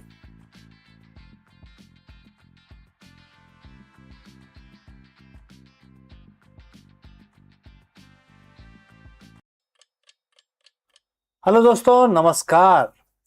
हम सब जानते हैं कि जो market की अनिश्चितता है, जो कभी भी स्टेबल नहीं रहता है, और बहुत सारी चीज़ें होती हैं जो बिल्कुल अनस्टेबल रहती हैं मार्केट में, जैसे कि आपके डिजिटल डिसरप्शन जो हो रहा है, और कभी कभी ऐसा होता है कि गवर्नमेंट कभी नई पॉलिसीज़ लेके आती है। तो ऐसे बदलते हुए एनवायरनमेंट के अंदर एक महान सीईओ और एक अच्छा नेतृत्व वाला सीईओ में डिफरेंस क्या है? क्या ये सिर्फ स्ट्रेटजी है या लीडरशिप रेजिलियंस है? ये एक बहुत ही इंपॉर्टेंट क्वेश्चन है। इस क्वेश्चन का आंसर ढूंढने के लिए हम भगवत गीता का सहायता लेंगे और ये जानेंगे कि हमारी लीडरशिप को कैसे हम इतना स्ट्रांग बना दें कि वो बिल्कुल अनचेंजिंग सेल्फ की तरह, एक सिद्धांत की तरह सामने आए, और कोई भी लीडर अगर इस चीज़ को फॉलो करे तो कुछ भी हो जाए, किस तरह का भी मार्केट वॉलेटिलिटी हो जाए, लेकिन लीडरशिप पे कोई असर नहीं पड़ेगा। ये जानिए कैसे होगा। चलिए आगे बढ़ते हैं। देखिए दोस्तों, जो मार्केट का जो नॉइज होता है कभी नहीं रुकता, जो शोरगुल होता है वो कभी नहीं रुकता है। ये शोरगुल क्या होता है? जैसे कि क्वार्टरली प्रोजेक्शंस होते हैं, इसमें प्रोजेक्शन कभी ऊपर होते हैं कभी नीचे होते हैं। कॉम्पिटिटर डिसरप्टिवनेस होती है। कॉम्पिटिटर अपने प्रोडक्ट को कभी अच्छा करता है या अपने वैल्यूज को अच्छा करता है। कभी कभी सप्लाई चेन में फ्रैक्चर्स हो जाते हैं, और कभी कभी बोर्ड रूम में बहुत अलग तरीके के प्रेशर होते हैं, पॉलिटिकल और डिफरेंट तरीके के प्रेशर हो जाते हैं। ये एक ना रुकने वाला नोटिफिकेशन का शोर है जो हर सीईओ को सुनना पड़ता है, और इस जो नोटिफिकेशन है या नॉलेज है या इंफॉर्मेशन है, मार्केट रियलिटी जिसको हम बोलते हैं, इससे हमेशा उसको जो सीईओ है उसके दिमाग में ये रहता है, इनपुट रहता है, और उससे वो ड्राइव होता है। मतलब अगर ये इनपुट ना हो तो सीईओ को लगता है कि मुझे कुछ पता ही नहीं है मार्केट रियलिटी के बारे में, तो मैं ड्राइव नहीं कर पा रहा हूँ अपने स्ट्रेटेजी को। ये एक बहुत ही हाई फ्रिक्वेंसी हम की तरह महसूस होता है जो सीईओज होते हैं जो इस इनपुट को लेते हैं।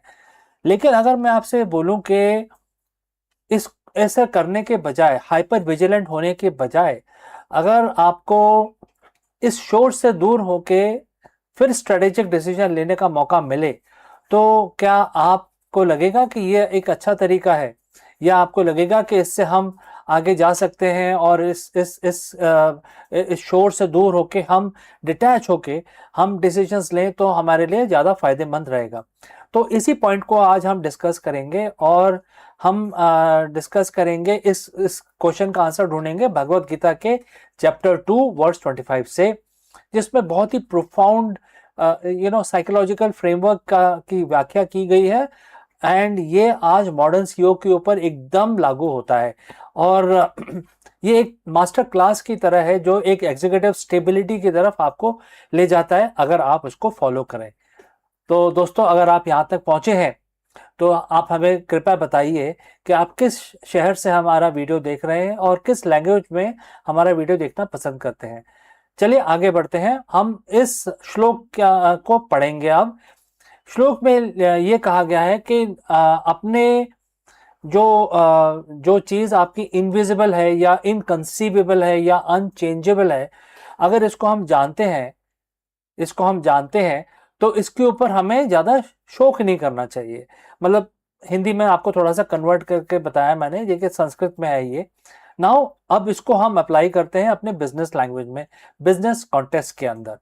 इसमें क्या होता है कि जो हम बॉडी जिसकी हम बात कर रहे हैं, जो एक फ्रिजाइल है, इसके अंदर बहुत सारे बॉडी मतलब कि आपका जो बिजनेस का जो शोर जो आ रहा है, जैसे कि पीएल एंड स्टेटमेंट है जो फ्लक्चुएट करता रहता है, स्टॉक प्राइजेस है जो हमेशा फ्लक्चुएट करते रहते हैं, ऑफिस स्पेस है, कभी ऑफिस आपको बढ़ाना पड़ता है, कभी आपको कम करना पड़ता है, प्रोडक्ट लॉन्चेस होते हैं, कभी कभी उनमें गड़बड़ हो जाती है, नए प्रोडक्ट लॉन्चेस होते हैं, एम्प्लॉय टर्नओवर भी होता है जो कभी कभी आपकी कंपनी को या आपको आपके लिए मुश्किल पैदा कर सकता है। लेकिन गीता के अनुसार इसको बॉडी कहा गया है क्योंकि बॉडी एक नश्वर है, ये खत्म हो जाती है। तो ये इससे इक्वेट किया गया है कि जो बॉडी है वो तो टेम्परेरी है, तो इसको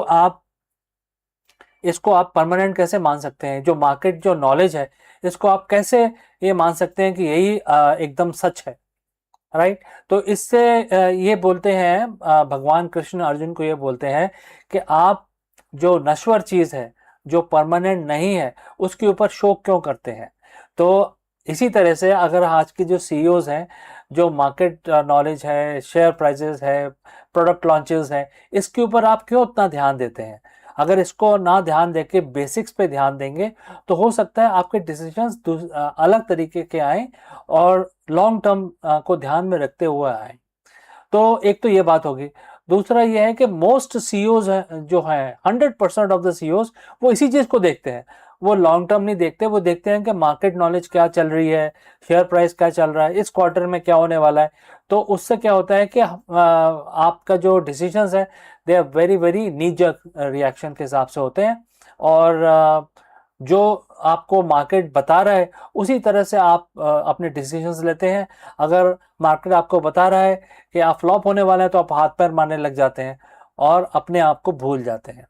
आप ये नहीं समझ पाते कि हमारे अंदर कितनी क्षमता है और आप मार्केट आपको ही ड्राइव करने लगता है। मतलब मार्केट तो ड्राइव हो रहा है किसी भी तरीके से, लेकिन वो आपको भी ड्राइव करने लगता है, तो आप उसी की चपेट में आ जाते हैं। उससे क्या होता है? उससे ये होता है कि आपके जो डिसीजंस हैं वो गलत हो जाते हैं।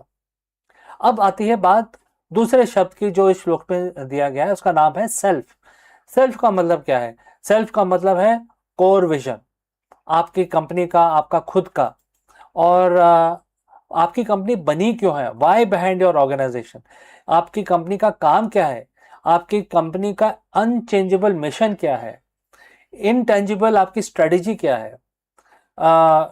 चाहे क्वार्टर ग्रोथ 2% हो या 20%, लेकिन ऐसी क्या चीज है जो सेल्फ है, मतलब जो चेंज नहीं होती आपकी कंपनी में। तो उसको ध्यान ना देके आप मार्केट वाली जो पहले जो मार्केट का शोर है उसके ऊपर ध्यान देते हैं। इसको सेल्फ को केयर नहीं करते, लेकिन जो मार्केट से जो टेम्परेरी इंफॉर्मेशन आती है उस पे आप ज्यादा ध्यान देते हैं।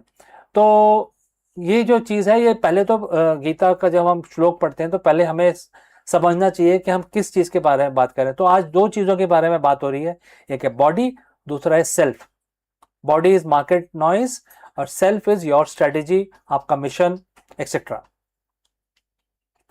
अब देखिए, कोई सर्जन है, जो एक सीईओ के समान है, कभी भी फियर से पैरालाइज नहीं होता है। मतलब जो पेशेंट पे के ऊपर जो वो काम कर रहे होते हैं, अपना उनके ऊपर उपचार या इलाज कर रहे होते हैं, तो कभी इतना इमोशनल नहीं होते हैं। क्यों? इसका मतलब यही है कि अगर वो इमोशनल हो जाएंगे तो वो पेशेंट की ठीक तरीके से इलाज नहीं कर पाएंगे। तो इसी तरीके से सीईओ इतना इमोशनल नहीं होना चाहिए मार्केट नॉलेज को लेकर। अपने बेसिक, अपनी सेल्फ के ऊपर ज़्यादा ध्यान देना चाहिए, और अपने जो स्ट्रेटजी है उसको ऑपरेशनलाइज करने के लिए उसको एक लॉन्ग टर्म स्ट्रेटजी बनानी चाहिए, जो बिल्कुल चेंज ना हो, कभी चेंज ना हो, अनचेंजेबल जिसको बोलते हैं। तो भगवान कृष्ण ने बताया कि आपकी स्ट्रेटजी, आपका मिशन, आपकी वैल्यूज बिल्कुल अनचेंजेबल होनी चाहिए। अब इन चीज़ों को हम करेंगे कैसे? अगर आपको आज ये करना हुआ तो ऑब्वियसली एक दिन में तो ये हो नहीं पाएगा। तो चार चीज़ें मैं अपनी तरफ से आपको बताता हूँ जो आपको प्रैक्टिस करनी है। पहला है सेल्फ ऑडिट। आप किसी भी डिसीजन, कोई भी डिसीजन लेने से पहले आप पहले इस सिचुएशन का ऑडिट कर लें। ऑडिट का मतलब ये है कि अगर मैं कोई डिसीजन लेने वाला हूँ या वाली हूँ, तो ये देख लें कि मैं डिसीजन जो ले रहा हूँ लॉन्ग टर्म को ध्यान में रख के ले रहा हूँ, या मैं जो मार्केट का नॉइज है, पैनिक होके, फियर के अंदर आके मैं इसको ले रहा हूँ। तो ये ऑडिट करना बहुत ज़रूरी है। आपको 1 मिनट, 5 मिनट, आधा घंटा, 1 घंटा, जितना भी आपको टाइम लगे, इस चीज़ का आप ऑडिट करें और देखें कि मैं शॉर्ट टर्म से इफेक्ट हो रहा हूँ क्या, या मैं लॉन्ग टर्म के को कंसिडर करते हुए इस पे काम कर रहा हूँ। नंबर 2 है प्रैक्टिस रेडिकल एक्सेप्टेंस। आपको ये एक्सेप्ट करना चाहिए कि जो अनचेंजेबल है मार्केट के अंदर, वो कभी चेंज नहीं हो सकता है, उसको कोई भी हिला नहीं सकता है। उसके उसको कोई भी आ जाए, कितना भी ताकतवर आ जाए, जो अनचेंजेबल चीज़ें हैं उसको आप उसको आप चेंज नहीं कर सकते। तो आपके पावर में ही नहीं है, आपके और किसी के भी पावर में नहीं है। तो पहले उन चीज़ों को आपको समझना चाहिए, क्योंकि अगर आपको उस चीज़ की नॉलेज होगी कि ऐसी कौन सी चीज़ है जो बदली नहीं जा सकती, तो फिर आपके डिसीजंस बिल्कुल अलग तरीके से आएंगे और रिएक्टिव नहीं होंगे, फियरफुल नहीं होंगे आपके डिसीजंस। तीसरा जो सबसे इंपॉर्टेंट पार्ट है वो है लीड फ्रॉम द कोर। जब आपके पहले 2 पॉइंट आपने अच्छी तरह कर लिया, आपने ऑडिट कर लिया और आपने ये समझ लिया कि मार्केट में कौन सी अनशेकेबल, अनचेंजेबल चीज़ें हैं, तो फिर आप लीड फ्रॉम द कोर अपने डिसीजंस जो होंगे अनशेकेबल सीईओज की तरह आप लेंगे, और फिर आपको किसी चीज़ की फिक्र नहीं रहेगी। आपके सारे डिसीजंस एकदम लॉन्ग टर्म बेसिस पे होंगे, जो आपके ग्रुप को, आपकी कंपनी को, आपको हमेशा पॉजिटिव डायरेक्शन में लेके जाएंगे, हमेशा रेवेन्यू ग्रोथ देंगे। कभी क्वार्टर ऊपर नीचे होगा, उससे आपको फर्क ही नहीं पड़ता है। तो ये आपका हो जाता है, एक बुलेट प्रूफ मैनेजर आप बन जाते हैं, और आप बिल्कुल, आपका जो नज़रिया है बात करने का, सोचने का, कंपनी को रन करने का, बिल्कुल बदल जाता है। तो ये जो 2 लाइनें हैं इस श्लोक में, कितना पावरफुल श्लोक है देखिए। अगर आप इसको प्रैक्टिस करें तो आप अनशेकेबल सीईओ बन सकते हैं। तो दोस्तों, अगर आपके पास कोई क्वेश्चन है, या आप और डिटेल में इसके बारे में जानना चाहते हैं, ज़रूर कमेंट करके बताएं। और ये भी बताएं कि आपकी कंपनी या आपका ग्रुप कोई क्राइसिस फेस कर रहा है, सो हम आपको उसमें हेल्प कर सकते हैं। गीता का जो ज्ञान है उसको यूज़ करके आपको हेल्प कर सकते हैं, how do you move forward. और आपको ये भी हेल्प कर सकते हैं कि टेम्परेरी क्या है, परमानेंट क्या है, इस चीज़ का आप आइडेंटिफिकेशन कर सकें। तो दोस्तों, थैंक यू फॉर वॉचिंग। मैं मिलता हूँ आपसे अगले वीडियो में जल्द ही। Lead well, and I will see you again in the next one. Stop! Before you hit the delete channel button or give up on your next upload, you need to watch this. Most creators quit YouTube exactly 3 feet from the gold. They see flat lines in their analytics and assume they are failing. But in reality, they are simply in a ghost phase, the period where the algorithm tests your consistency and your skills are being sharpened for the big break. In this video, we dive deep into the psychology of the content creation and why 0 views might actually be your biggest competitive advantage. How? Let us discuss this further. You are checking your phone again. It's been 3 hours since you uploaded your latest video and the one you spent all weekend editing. You have refreshed the studio app 10 times and the number hasn't budged. 4 views, 2 of which were probably you. Uh, the thought starts creeping in. Is this even worth it? You see other creators blowing up overnight and you feel like you are shouting into a void. You are ready already to quit, but before you hit that delete channel button, I need you to understand one thing. You aren't failing. You are actually in the most important phase of your journey. Most creators quit exactly 3 feet from the goal. Today I'm going to show you why nobody is watching is actually your secret weapon, and why your biggest breakthrough is like hidden right behind the urge to give up. Let's dive in. But before, if you have reached this far, please inform us from which city you have tuned in and in which language you are watching this video. This will help us determine the reach of our channel. I would also know who's watching and who's not. Alright, let's proceed further. Let's address the elephant in the room, which is the algorithm. We talk about it like it's a sentient being that hates us. It doesn't, but it's a system built on trust. When you are a new creator or you're trying to pivot, you enter what I call the ghost phase. Think about it. Why would YouTube push your content to millions of people if you are only person you can stay consistent for only 2 weeks? The algorithm is testing two things: your competence and your consistency. During this ghost phase, you have a massive advantage that no big creator has, which is freedom to fail. When nobody is watching, you can experiment, you can find your voice, you can mess up the lighting, and you can make terrible jokes without hundreds and thousands of people judging you. This is your training ground. You are not being ignored, you are being incubated. This is the concept from the book Atomic Habits, called the plateau of latent potential. We expect progress to be in a straight line up. We think if I put in X amount of work, I should see X amount of views. But the growth on YouTube is exponential, not linear.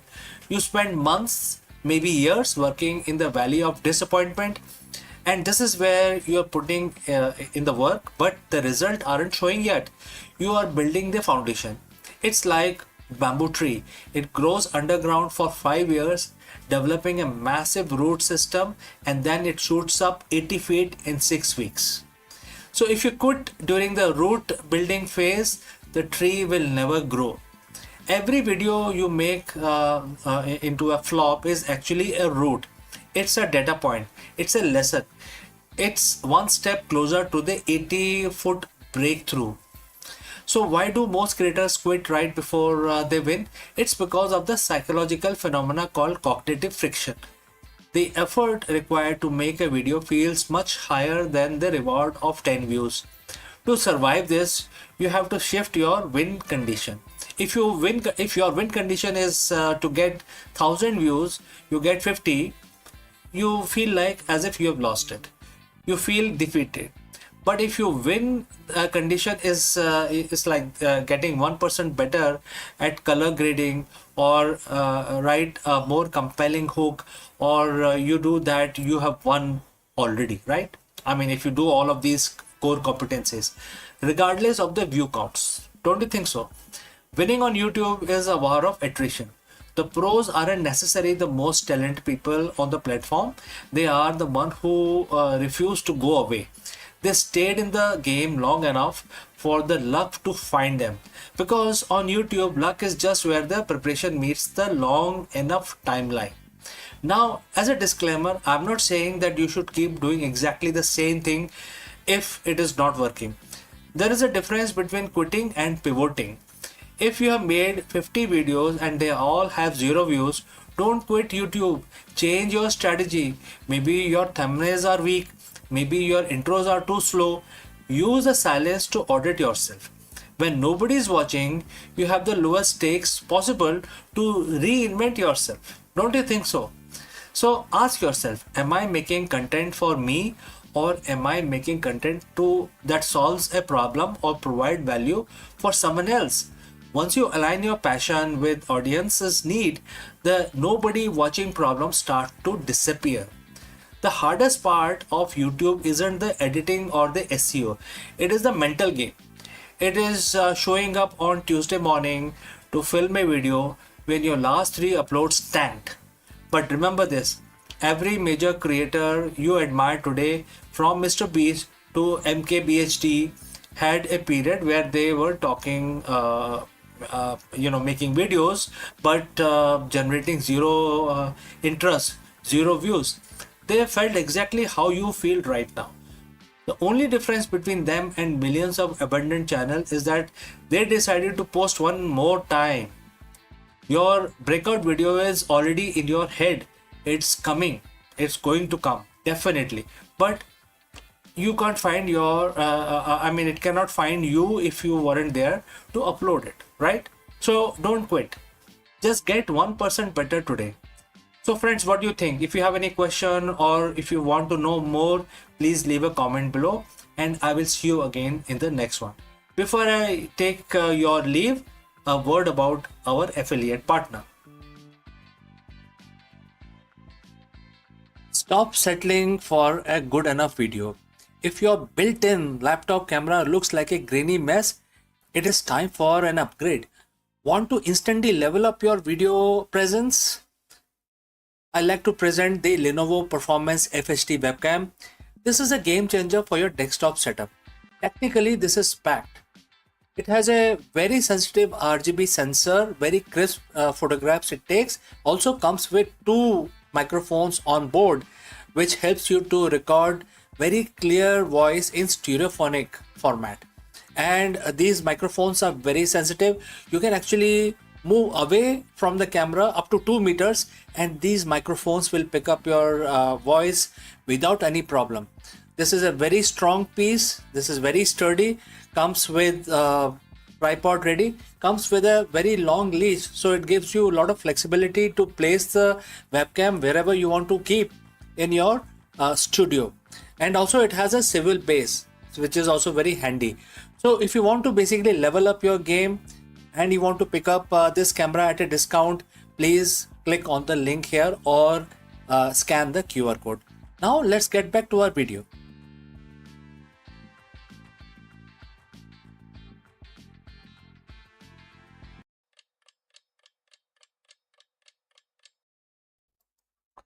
नमस्कार दोस्तों, आप सभी का स्वागत है। आज शनिवार का दिन है और आप सबको पता होगा कि जो शनिवार का दिन होता है वो कर्म के स्वामी शनि जी को समर्पित होता है। तो आज हम अपना दिन शुरू करने से पहले हम भगवान की स्तुति करेंगे, भगवान शनि महाराज की हम वंदना करेंगे।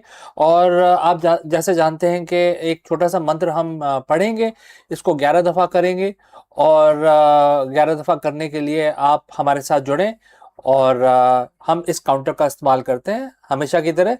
आप जैसा मर्जी आप गिन सकते हैं, आप माला का इस्तेमाल कर सकते हैं, आप अपने मन में भी गिन सकते हैं, लेकिन 11 दफ़ा करें अपना दिन शुरू करने से पहले। आज शनिवार को, हर शनिवार को आप शनि जी का ध्यान करें। चलिए हाथ जोड़ के नमन करते हैं और उनकी आराधना हम शुरू करते हैं। ओम शन शनश्चरे नमः। ओम शन शनश्चरे नमः। ओम शन शनश्चरे नमः। ओम शन शनश्चरे नमः। ओम शन शनश्चरे नमः। ओम शन शनश्चरे नमः। ओम शन शनश्चरे नमः। ओम शन शनश्चरे नमः। ओम शन शनश्चरे नमः। ओम शन शनश्चर्ये नमः। ओम शन शनश्चर्ये नमः। ओम शन शनश्चर्ये नमः। तो दोस्तों 11 दफ़ा हमने आज भगवान शनि महाराज, जो कर्म के देवता होते हैं, आपके लाभ और आपके जो ट्रेजेक्टरी है उसके स्वामी शनि होते हैं। तो हमेशा अपना काम शुरू करने से पहले, स्पेशली शनिवार के दिन, भगवान की जरूर प्रार्थना कर लें। तो बहुत बहुत धन्यवाद हमारे साथ जुड़ने के लिए। आपका दिन शुभ हो। तब तक के लिए मैं आपसे इजाजत लेता हूं। अगले ही वीडियो में जल्दी ही मिलता हूं। कहीं मत जाइएगा। नमस्कार।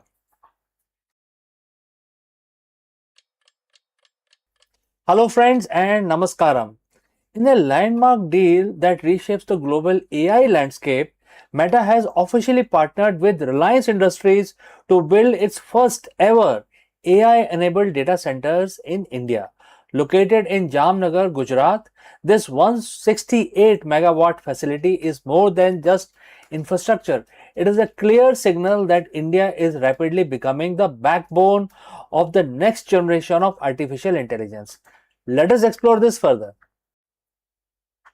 Hello everyone, my name is CK and welcome back to Akulmach Business. If you have been following the global tech landscape, you know the narrative has shifted. For years, the story of artificial intelligence was written almost exclusively in Silicon Valley. But today, the center of gravity is moving.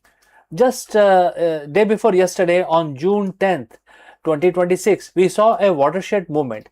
Meta has officially announced its first build to suit AI data center in India, located in Jamnagar, Gujarat, in partnership with Reliance Industries. We are talking about massive 168 megawatt facility that will eventually power some of the most advanced AI workloads on this planet. So friends, if you have reached this far, please inform us from which city you have tuned in and which language you are watching this video. This will help us determine the reach of our channel. Alright, but why India? Why is a global giant like Meta pouring such massive capital into our backyard? Today we are going to peel back the layers of this strategy. This isn't just about servers, it's about the intelligence era. Let's look at the logistics. Why Jamnagar? Reliance isn't building a warehouse, because usually all the big business of Reliance, which are bulk in nature, are all located in Jamnagar. So they are building a hyperscale campus. This facility isn't just powered by the grid; it is designed for sustainability, using renewable energy and desalinated seawater for cooling. Meta is covering the cost to ensure this just isn't just big; it is efficient. And look at the geography. Jamnagar sits right next to the key undersea cable landing station. Meta is connecting this facility to Project Waterworth, the world's longest subsea cable system. This allows them to tie India's digital infrastructure directly to their global nervous system. For Meta, India isn't just a market of 1.4 billion people anymore. It is becoming a compute hub. They are betting that India's infrastructure can handle the most complex AI reasoning models, and they are backing it with over a gigawatt of renewable energy agreement with partners like CleanMax. Think back to 2016. The conversation in India was about the cost of the data. We led a revolution that made the internet accessible for everyone. Mukesh Ambani said recently, India cannot afford to rent intelligence. Therefore, we will have to reduce the cost of intelligence as dramatically as we did with the cost of data. And that is the mission.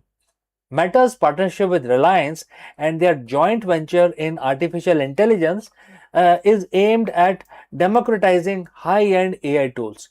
And what is that we are talking about here? We're talking about starting with business agents, automating customer services across WhatsApp, Messenger, Instagram for millions of small businesses. Number two, creator assistant, giving the massive Indian creator economy the tools to analyze performance and generate content in real time. Meta is betting that if they provide the tool for intelligence, the Indian market will build the solution on top of it. So why are they doing this now? Because the data is undeniably very important. A recent BCG report shows that India leads the world in workplace AI adoption. 97% of the Indian managers are using AI regularly. We aren't just consumers of technology, we are at its most enthusiastic implementers. When you combine our demography dividend, our massive technical talent pool, and now this world class infrastructure that Meta and Reliance are laying down, you got an ecosystem that is perfectly primed for a particular scaling. A global giant realized that if they want to win in AI, they don't just need to sell to India, they need to build in India. So, what does this mean for people like you and me? For the developers, for the business owners, and for the students watching this channel. It means the barriers to entry for AI innovation is collapsing. With the level of infrastructure, India is transitioning from service provider to global hub for AI driven transformation. We are no longer just outsourcing work, we are insourcing the intelligence revolution. As we see these data centers come online over the next 2 years, keep a close eye on the applications being built here. We are entering an era where your local business, your education system, your career will be powered by compute capacity that was previously unimaginable. So friends, once again, my name is CK and this is Akulmach Business. If you found this deep dive valuable, hit that like button, subscribe to the channel and let me know in the comments, do you think India will become the #1 global destination for AI development by 2030? Let us discuss it more, and I await your messages and opinions. See you in the next one. In the heart of San Francisco, Luna AI dared to reimagine shaping with $100,000 gamble on AI managed retail store. Sleek algorithm promised efficiency, but the grand experiment hit a very human snag, that is staffing, and that exposed the limit of automation. What was meant to be a glimpse of the future quickly became a cautionary tale of tech colliding with reality. In San Francisco, the promise of an AI managed retail future took center stage when Luna AI unveiled its flagship store with $100,000 investment. The concept was bold, a retail space where the artificial intelligence would streamline operations, enhance customer experience, and reduce the reliance on traditional management structure. The launch drew attention from both tech enthusiasts and retail analysts, and they were eager to see how the automation could reshape the brick and mortar commerce. Yet, despite the futuristic vision, the store quickly encountered a very human problem: staffing issues. While AI managed inventory analytics and customer flow prediction, and day-to-day realities of staffing proved harder to automate. Scheduling conflicts, employee turnover, and the need for human oversight exposed the limitation of purely AI-driven model. The irony was striking. A store designed to minimize the human dependency found itself struggling precisely to become of it. So, if you have reached this far, please inform us from which city you have tuned in and which language you are watching this video. This will determine the reach of our channel. So, just put some comments about your city also. So now we were talking about the store, and the Luna AI experiment underscores a broader tension in the modern retain, and technology can optimize the process, but it cannot fully replace the adaptability, empathy, and the problem solving skill of human staff. For investors and entrepreneurs, the lesson is clear. The innovation must balance automation with human capital. So, Luna AI's venture may have stumbled, but it has sparked a vital conversation about the future of retail, where the AI and people coexist rather than compete. So, Luna AI store shows that even in the world run by algorithm, retail still need human touch. So Luna experiment in San Francisco was more than just a store. It was a test of how far automation can carry retail into future. Yet the staffing struggles revealed a truth that technology alone cannot erase the human presence and remains, and it also tells us that humans interventions, human presence remains the backbone of customer experience. The venture may have flattered, but it is but it leaves behind a valuable lesson that the future of retail will not only to AI versus people, but AI working alongside with people. So we have come to the end. Thanks for watching. Please like and subscribe our channel. But before we go, we have a few words from our affiliate partner. Stop settling for a good enough video. If your built-in laptop camera looks like a grainy mess, it is time for an upgrade. Want to instantly level up your video presence? I like to present the Lenovo Performance FHD webcam. This is a game changer for your desktop setup.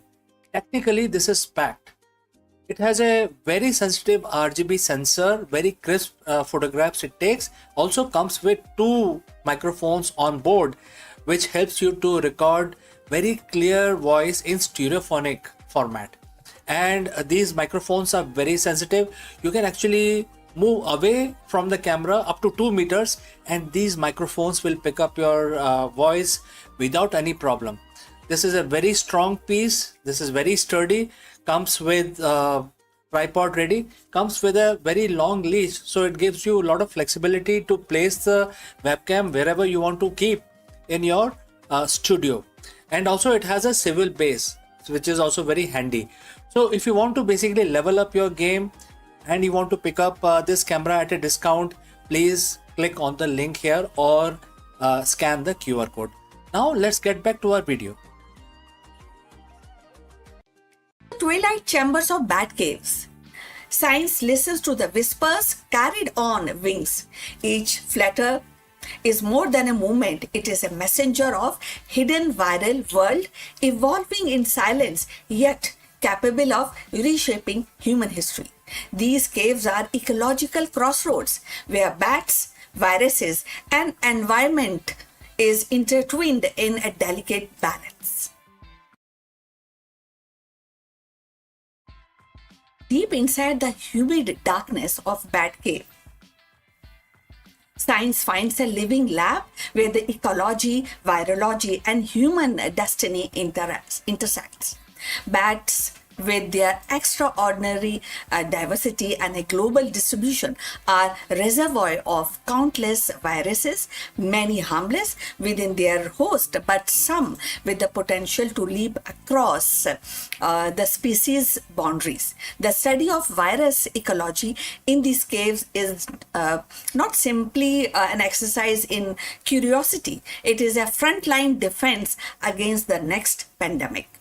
Researchers entering these caves are greeted by a symphony of wings and echoes, but beneath the spectacle lies a complex web of interactions. Viruses circulate among bat population through social grooming, shared routes, and feeding habits.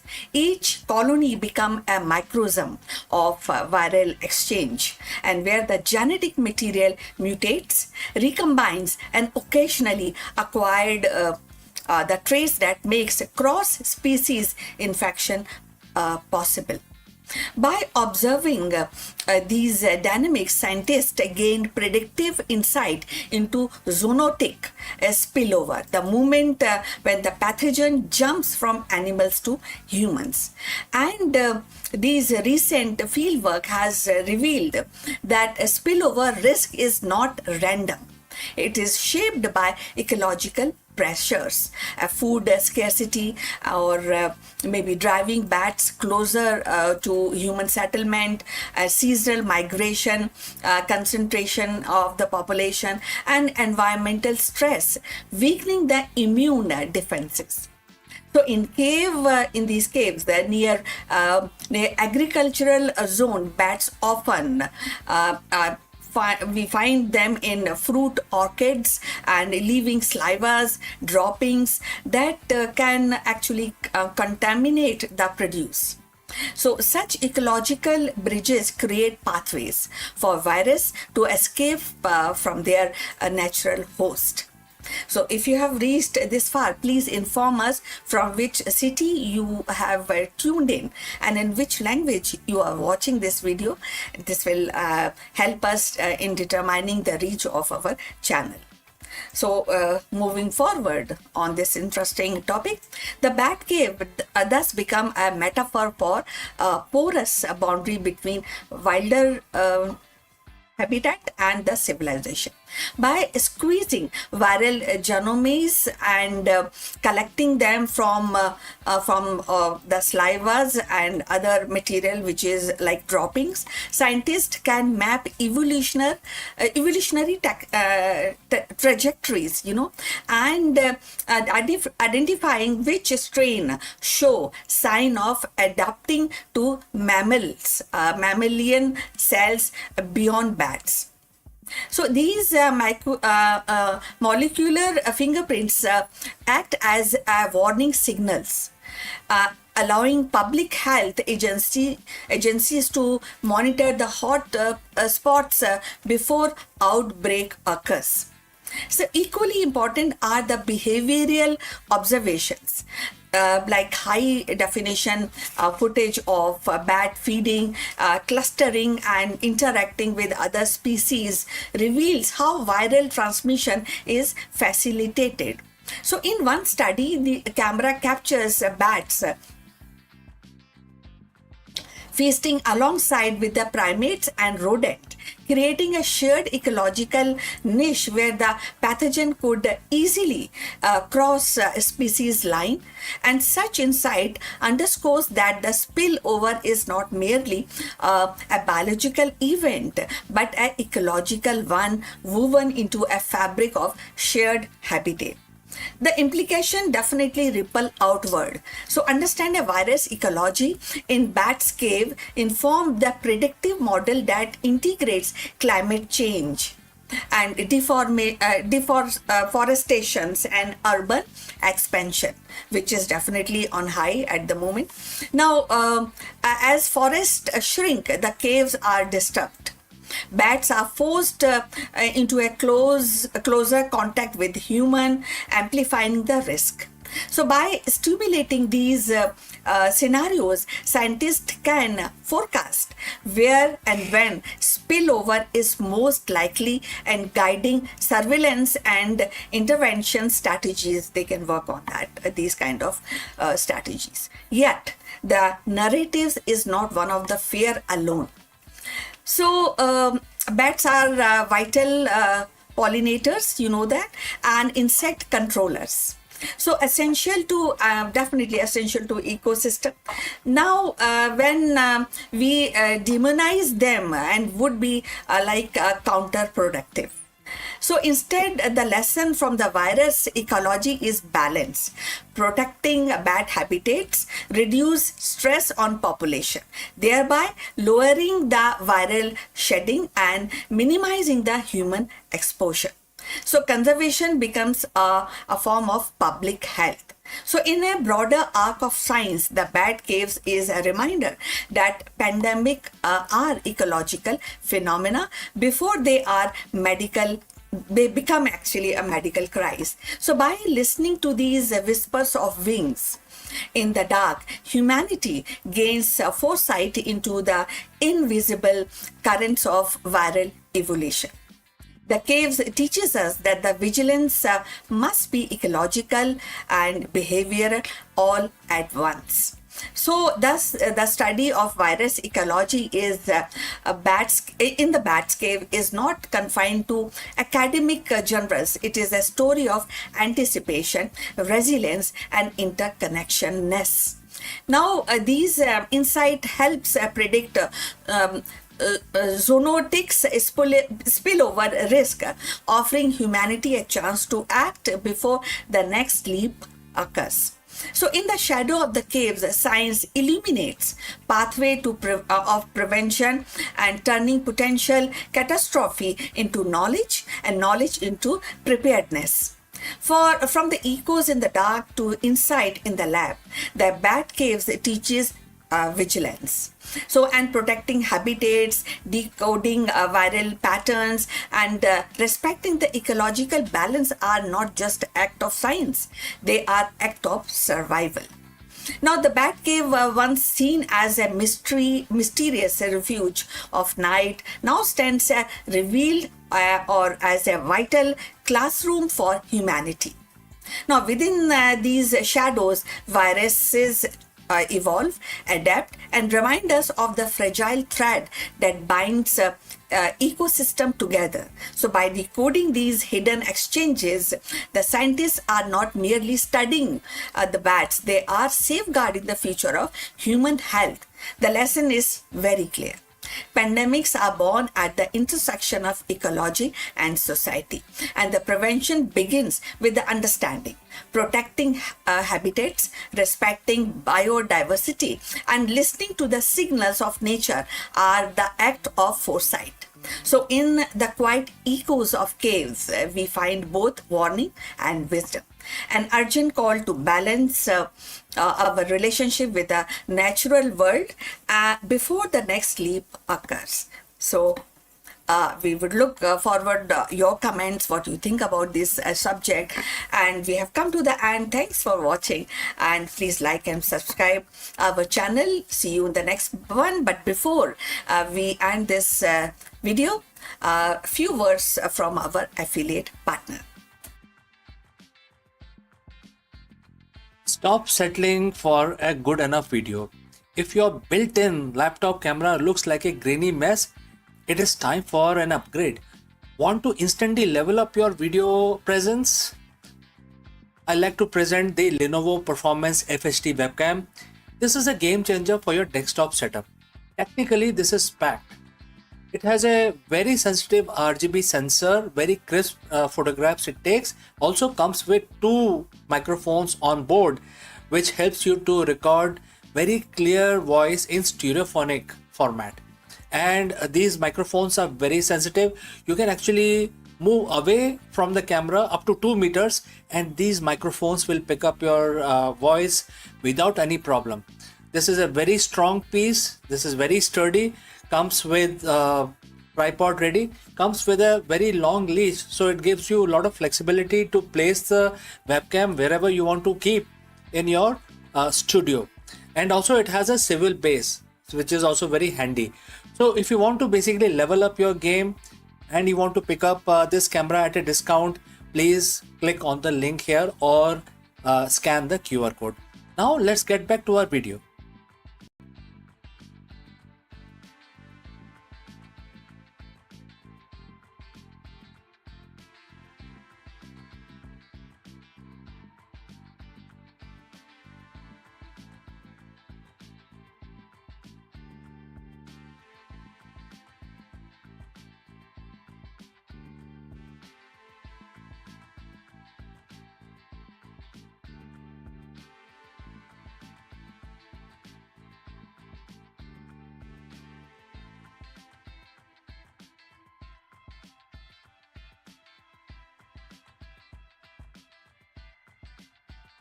Hello friends, the big question that we want to address today is that is your mind working for you or against you? This is a very age-old question many people have tried to answer, but today we are going to take a deep dive into Bhagavad Gita. And friends, as you know, Bhagavad Gita is a very ancient document. It's a very ancient manuscript. However, ancient or not, it offers a timeless wisdom for the modern CEOs and entrepreneurs? And in fact, this particular question is beautifully answered in one of the verse which every modern CEO and entrepreneur must hear and see. So let us take the deep dive and try to answer this very profound question, which is about your mind. Let's go. In the world of business, we are trained to analyze everything. We analyze market trends, competitor strategies, cash flow, and consumer behavior. We spend millions on business intelligence. But there is one piece of intelligence that most leaders completely ignore. And that is one thing that dictates every decision you make, every reaction you have under pressure, and ultimately legacy you leave behind. I'm talking about your mind, which is your mind as well as mine. Think about it. You can have the best strategy in the world, but if your mind is clouded by anxiety, ego, or fatigue, that strategy is worthless.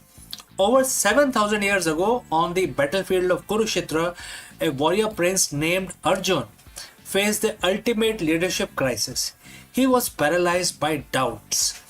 It was then that Bhagwan Krishna delivered a line that remains the most important psychological insight for any executive today. Bhagavad Gita, chapter 6, verse 6. It's the difference between a CEO who thrives and one who burns out. So friends, if you have reached this far, please inform us from which city you have tuned in and in which language you are watching this video. This will determine the reach of our channel. Alright, let's proceed further. For him who's conquered the mind is the best of the friend. But for one who has failed to do so, his very mind will be the greatest enemy. And this is a quote translated into English. This isn't just a spiritual talk. This is the high-level operational reality. When your mind is conquered, it's like having a rogue employee in your C-suite. It creates imaginary problems, fixated on past failures, and reacts with anger when a deadline is missed. It is the voice that tells you to send that angry email at 2 a.m. It's an enemy because it works against your goals. When conquered, the mind becomes your most loyal chief of staff. It stays calm when the market crashes. It sees opportunities when others sees obstacles. It is disciplined, focused, and most importantly, it listens to you. Why is this so hard for leaders?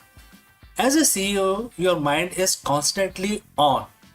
You are bombarded with Prakriti, which is the external material world, data, noise, opinions, and crisis. The Bhagavad Gita teaches that the mind, by its very nature, is flickering and turbulent. If you don't actively conquer it, it defaults to a state of reactive survival. The three traits of enemy mind is in business today can be summarized like this. First is impulsivity, making decision based on temporary emotions rather than long-term data. Next is ego attachment, caring more about being right than getting the right result. Third, mental fatigue, the inability to switch off, leading to decision fatigue, the silent killer of the companies. So when your mind is your enemy, you aren't leading your company, you are being led by your impulses. So how do we conquer it?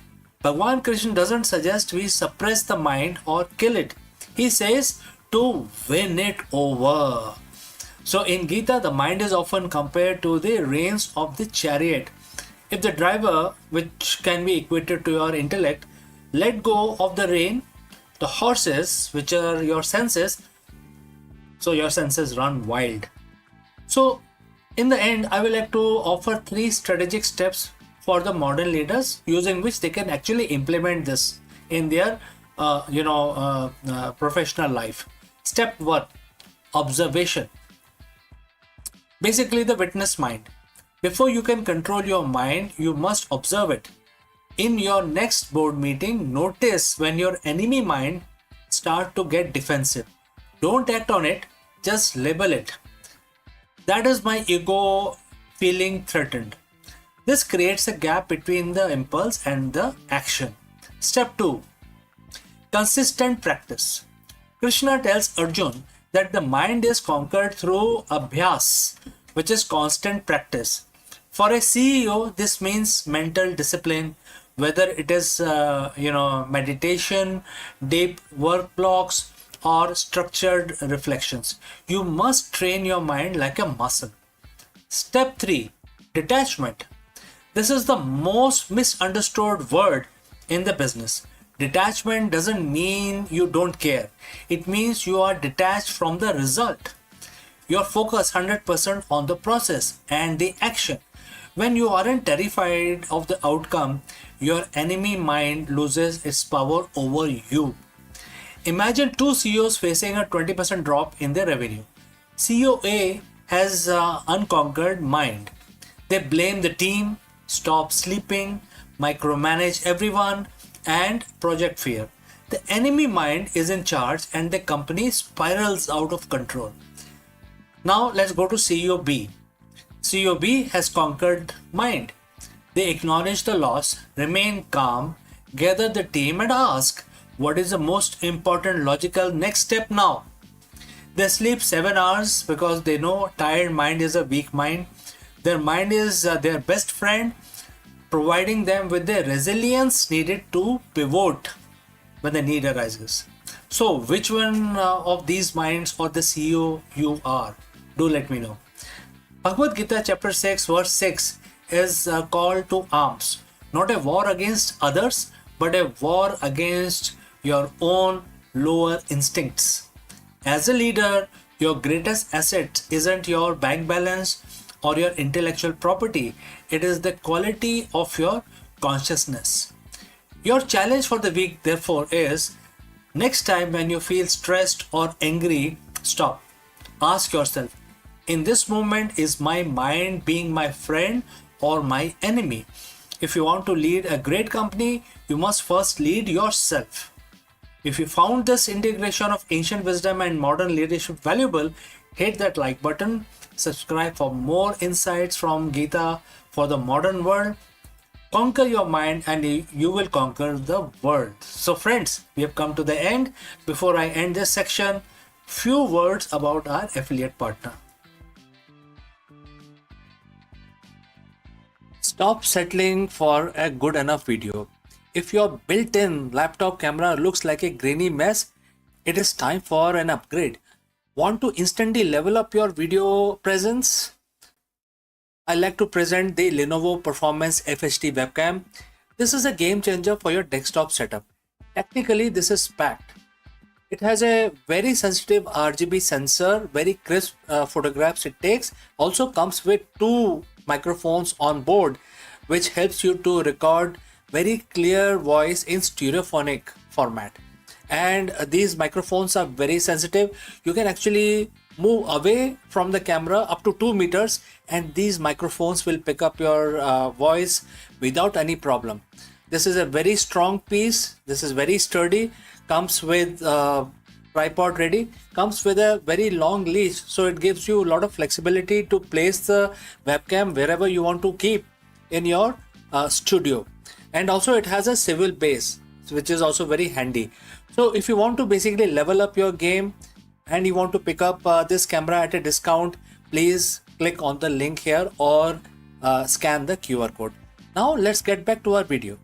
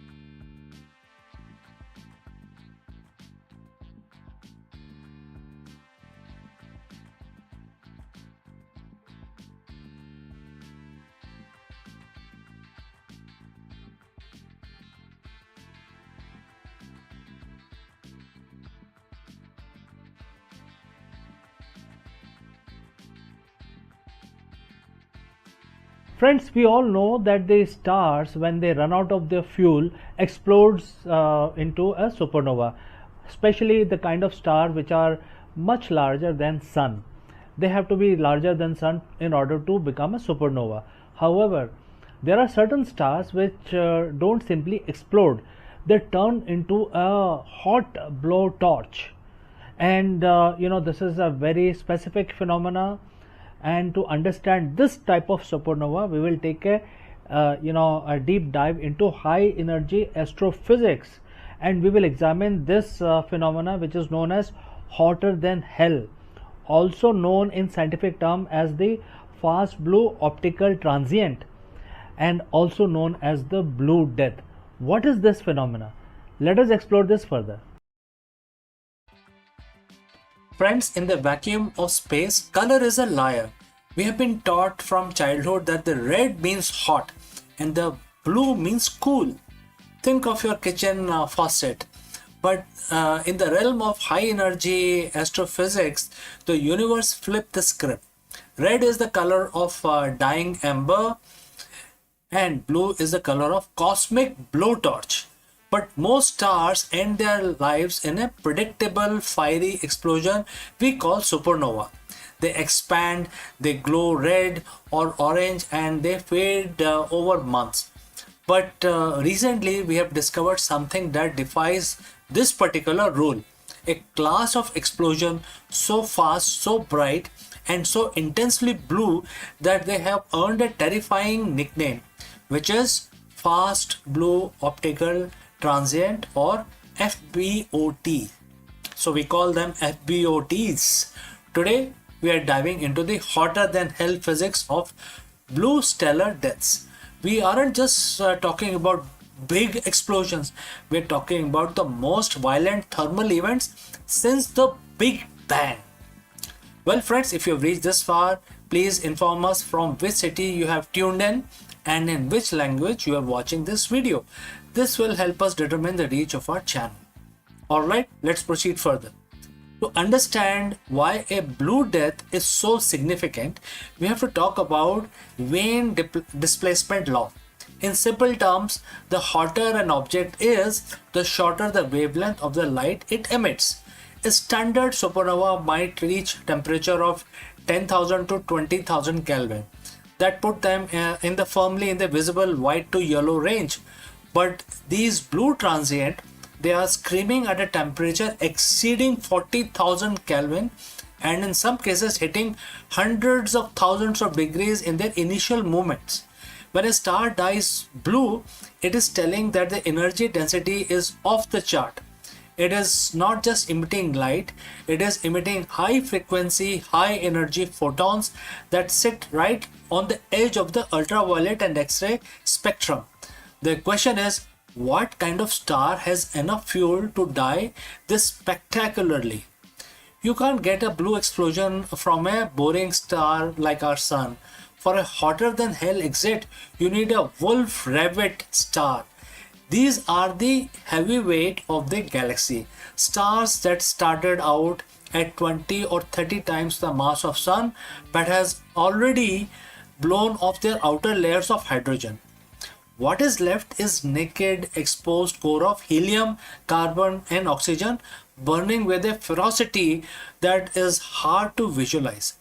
Because they have lost their cushion of hydrogen, when the core collapses, there is nothing to slow down the shock wave. It is like an engine exploding without a hood. The energy hits the vacuum of space instantly. This lack of an outer envelope is the first ingredient in the recipe for the fast blue optical transient.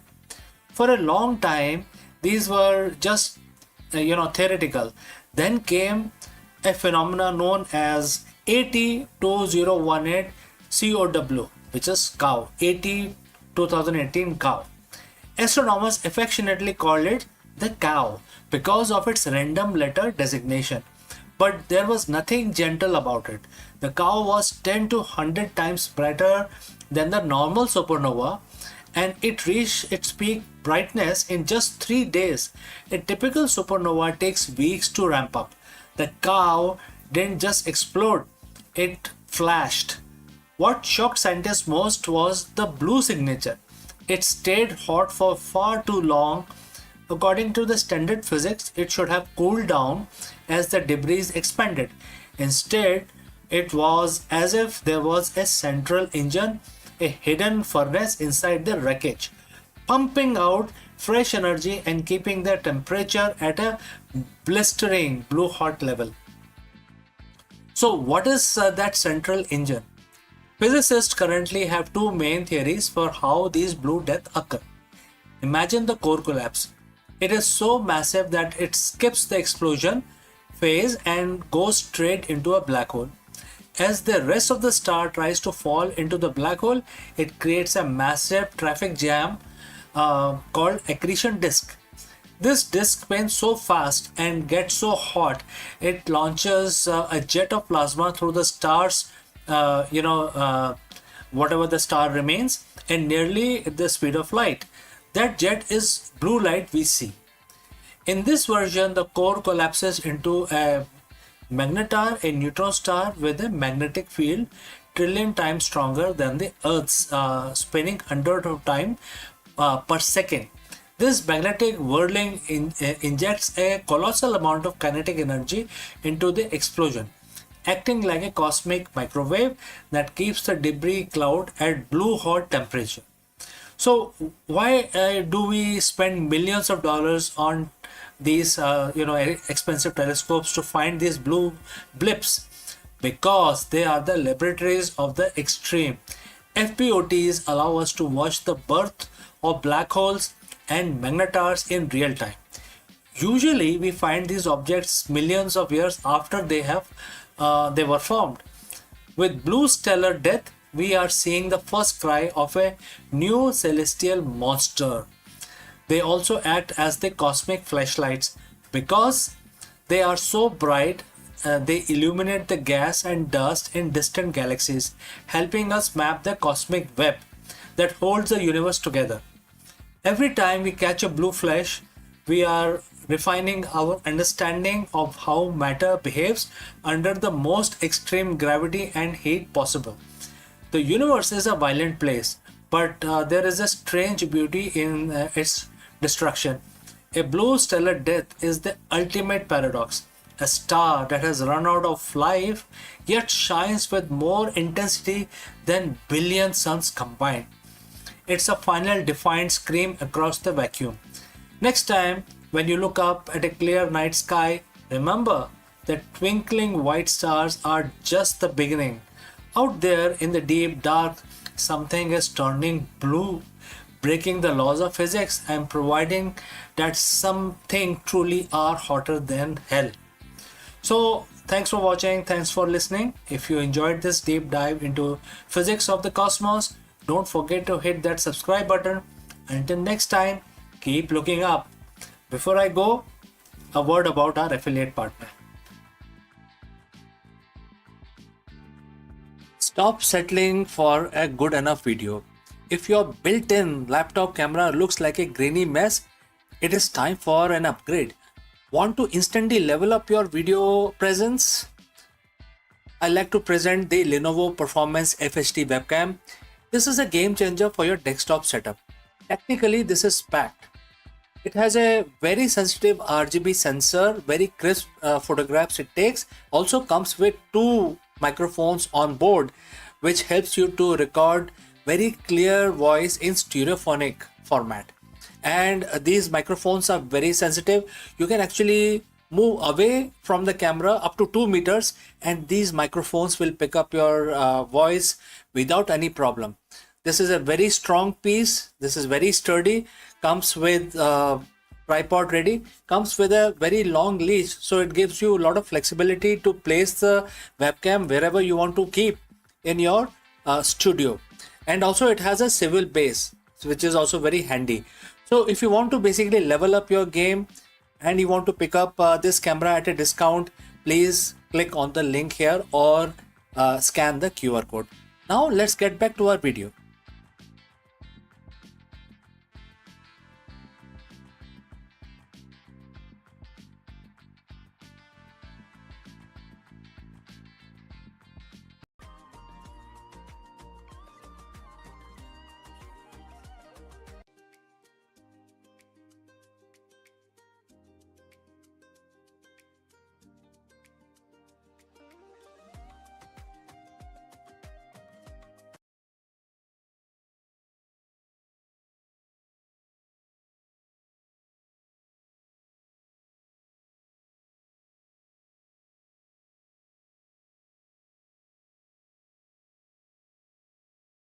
Hello, friends. Welcome once again. The biggest question in the boardroom today is the CEO or the leadership burnout. And it's becoming a very big problem in the 21st century, especially in 2026. So, let me ask you, can ancient wisdom solve the 21st century burnout crisis? Therefore, in this video, we dive deep into Bhagavad Gita to uncover the secret weapon of the world's most effective CEOs, the inward gaze. While most leadership training focuses on the external strategy, the Gita teaches that the true power comes from the internal mastery. Let us explore this further. Friends, close your eyes for a second, but not that long, because you got a company to run. Think about your morning. How many notifications did you get before you wake up, right? So as you waking up, you see so many notifications in your email, right? A market dip in Asia, a key hire resignation, a competitor's aggressive new acquisition. As a CEO, your mind is battlefield. You are expected to be most external person in the organization, watching the charts, the people, and the future as well. But what if I told you that the most successful leaders in history, the one who remain unshakable when the ship is sinking, don't look outward for their primary strategy. They actually look inwards. Today we are decoding 7,000-year-old blueprint for executive excellence. It comes from Bhagavad Gita, chapter 5, verse 28. It's verse about liberation, but for a modern leader, it's a manual for mental sovereignty. Let's look at the text of the verse 28, right? And the quote starts, shutting out all external sense objects, keeping the eye and vision concentrated between the two eyebrows, suspending the inward and outward breathing within the nostrils, and thus controlling the mind and senses and intelligence. The transcendental leader seeking liberation becomes free from desire, fear, and anger. Quote close. Well, friends, if you have reached this far, please inform us from which city you have tuned in and in which language you are watching this video. This will help us determine the reach of our channel. Alright, moving on. At first glance, this sounds like a guide for a monk in a cave. But let's translate this into a CEO speak. Let's look at it again. Shutting your external sense object, which is equal to filtering out the noise. Data is useful, but noise is deadly. Next is vision between the eyebrows. Single pointed focus, eliminating shiny object syndrome. Next, suspending the breathing, regulating the nervous system. You cannot lead if your body is in a permanent state of fight or flight. Right? Free from desire, free from anger. That is the next phrase.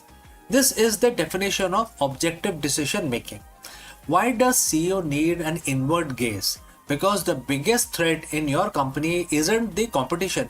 It is your own unprocessed reactivity. When the CEO reacts out of fear, they cut costs into too early and stifle innovation.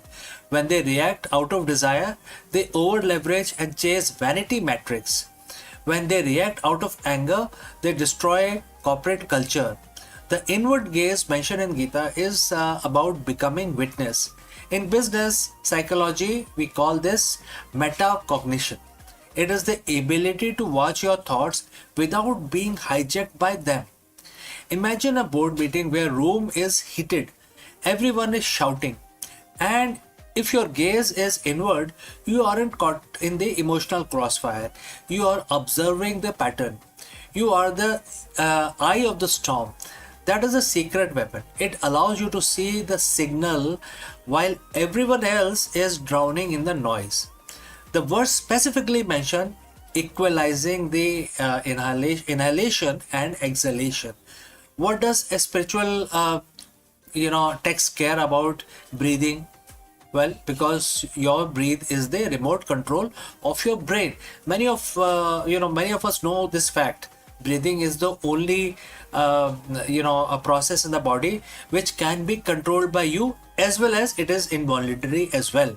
Even if you don't think about breathing, your body continues to breathe, right? So there is a fine line using which you can start controlling your mind. So it's a common knowledge. Now let's proceed further.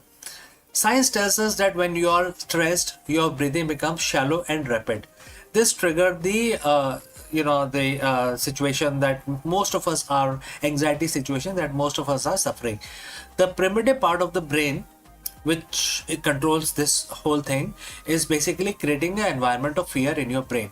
You lose access to your prefrontal cortex, the part of your brain responsible for complex strategy and empathy. The Gita was teaching biohacking long before the term even existed. By equalizing the breathing, you manually reset your nervous system. The boardroom application, how does it apply in the boardroom? Before you walk into a high stress negotiation, or before you hit that send button on a difficult email, you practice verse 28. You equalize the breathing. You move from state of threat to the state of resourcefulness. This is how you command a room without saying a word. And that is a true executive presence. The final part of the verse says this path leads to liberation. For a CEO, what is liberation? It is a freedom from being a slave to the stock price, slave to the ego, or even opinion of the industry. So Gita teaches a concept called Nishkam Karma, acting without attachment to the results. This doesn't mean you don't care about profits. It means you are so focused on the excellence of the process that you aren't paralyzed by the fear of the outcome. When you are free from the fear of the end desire, you can make hard decisions. You can pivot the company when it is unpopular. You can stand by your values when it is expensive. You are liberated from the need for external validation, which makes you one of the most dangerous and effective leader in the market. So how do you master this inward gaze? It's not about quitting your job to meditate. It's about integrating Gita into your workflow. And how you can do that? Starting with morning silence. Spend 5 minutes shutting out sense object. No phones, no email, just your breathing. Start thinking about your breathing process only for 5 minutes. All right. Next, 3 breathe rule. Before every meeting, equalize your inhalation and exhalation. Equal, right? Slow it down. Next, the mirror check. Ask yourself, am I moving towards the goal out of fear or out of purpose? Right? Mastering the inward gaze doesn't make you a passive leader at all. It makes you an unstoppable one. It transforms you from a CEO who is pushed by the world into a leadership role, or another person is who's actually shaping the world itself. Right? So it transforms that. Gita says that this is a way for the liberation for the leadership role. In the business world, we just call it the greatness. So friends, what do you think? If you have any questions or any comments, please leave them in the comment section below. Thanks for joining live. Thanks for watching. And if you found this leadership lesson valuable, subscribe for more ancient wisdom for the modern businesses. Now you can go lead from within. All right. So before we end this section, I'd like to speak few words about our affiliate partner. Stop settling for a good enough video. If your built-in laptop camera looks like a grainy mess, it is time for an upgrade. Want to instantly level up your video presence? I like to present the Lenovo Performance FHD webcam. This is a game changer for your desktop setup. Technically, this is packed. It has a very sensitive RGB sensor, very crisp photographs it takes. Also comes with 2 microphones on board, which helps you to record very clear voice in stereophonic format. And these microphones are very sensitive. You can actually move away from the camera up to 2 meters and these microphones will pick up your voice without any problem. This is a very strong piece. This is very sturdy. Comes with tripod ready. Comes with a very long leash, so it gives you a lot of flexibility to place the webcam wherever you want to keep in your studio. And also it has a swivel base, which is also very handy. So if you want to basically level up your game and you want to pick up this camera at a discount, please click on the link here or scan the QR code. Now let's get back to our video.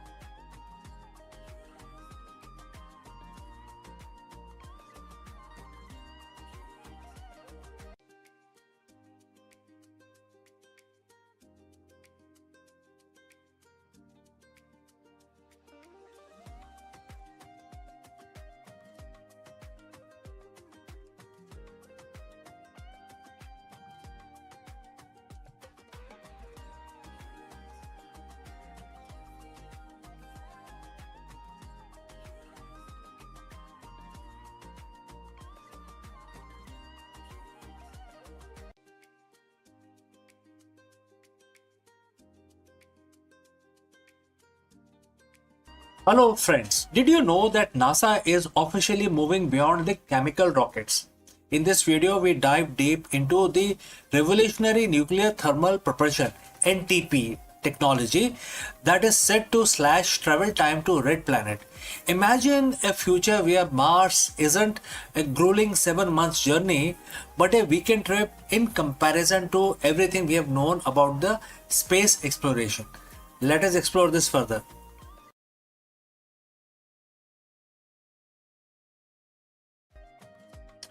So for 60 years, we have been stuck.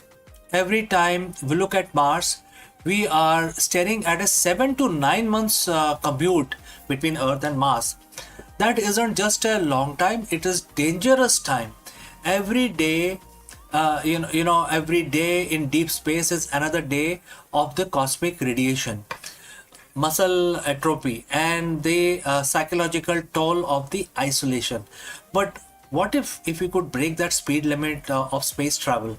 What if we could treat the journey to the red planet not in months, not in years, but in few days, right? Like a weekend trip in comparison to the current tech. NASA has just officially crossed the Rubicon with the announcement of SR-1 Freedom and a roadmap of 2028. The era of chemical rocket is ending. Today we are looking at the nuclear engine that are finally turning science fiction into an interplanetary reality. So friends, if you have reached this far, please inform us from which city you have tuned in and in which language you are watching this video. This will help us determine the reach of our channel. Alright, moving on. To understand the future, we have to look at why we cannot reach at this point in time, and currently why it is slow. Our best rockets today are chemical combustion. We all know that liquid hydrogen and liquid oxygen. They are very powerful, but they are incredibly inefficient. Think of it like this. A chemical rocket is like a high performance dragster. It's a massive oomph at the start, but it burns through its fuel in minutes. Once you are in orbit, you are basically a glider. By switching to nuclear, we aren't just adding more fuel, we are doubling the energy we get out of every gram of the propellant. So how does a nuclear engine actually works? Unlike the nuclear power in a plant on Earth basically that makes electricity, a nuclear thermal rocket NTR is much more direct, and it has several components starting with core. We have a compact fission reactor using high assay low enriched uranium, right? And it then create energy, which then send it to the nozzle, etc. And therefore we have to talk about the propellant. We pump the liquid hydrogen through the white hot core reactor, and then it basically comes out of the other side at very high speed. So now we have to talk about expansion.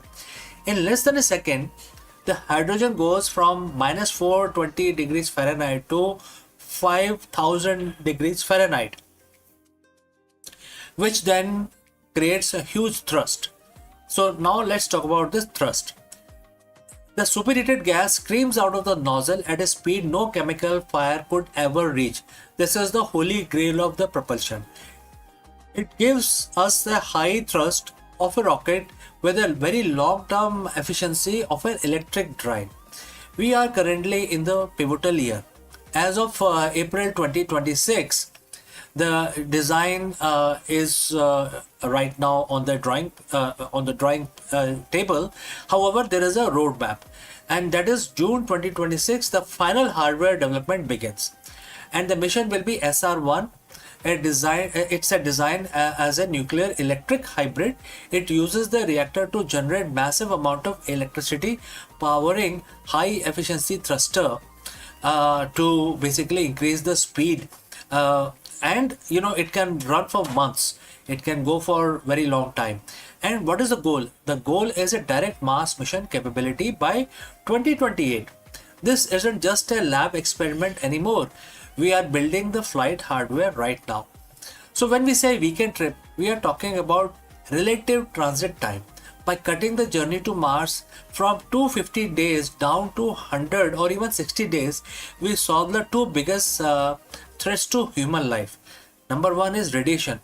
Less time spent in the void, which is open space, lower the dose of the solar particles or any cosmic radiation. Number two is the abort capability. Nuclear engines allow us to turn around or change course. Well, in a chemical rocket, once you are on your path, you are committed. Nuclear gives the pilot a steering wheel.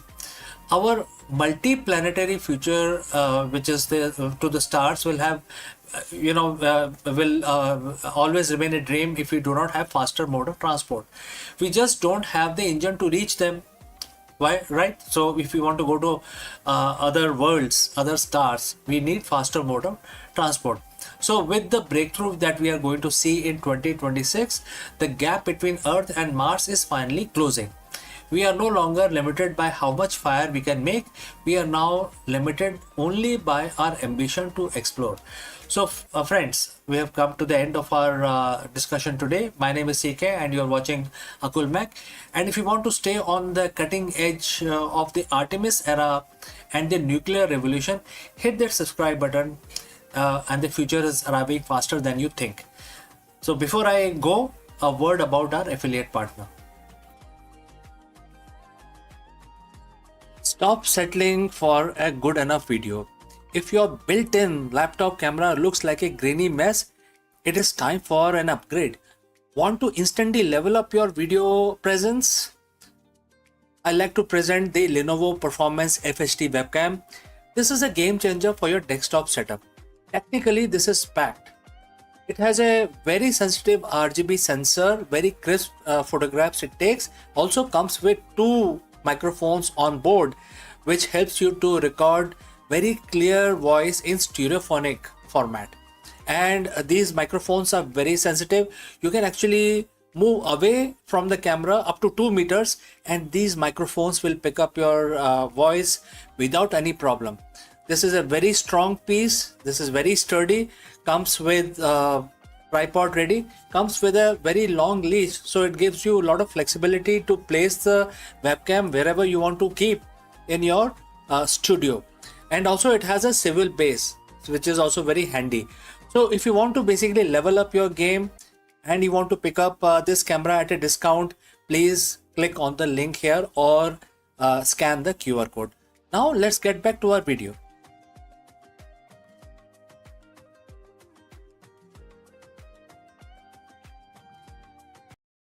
Friends, we all know that the stars, when they run out of their fuel, explodes into a supernova, especially the kind of star which are much larger than sun.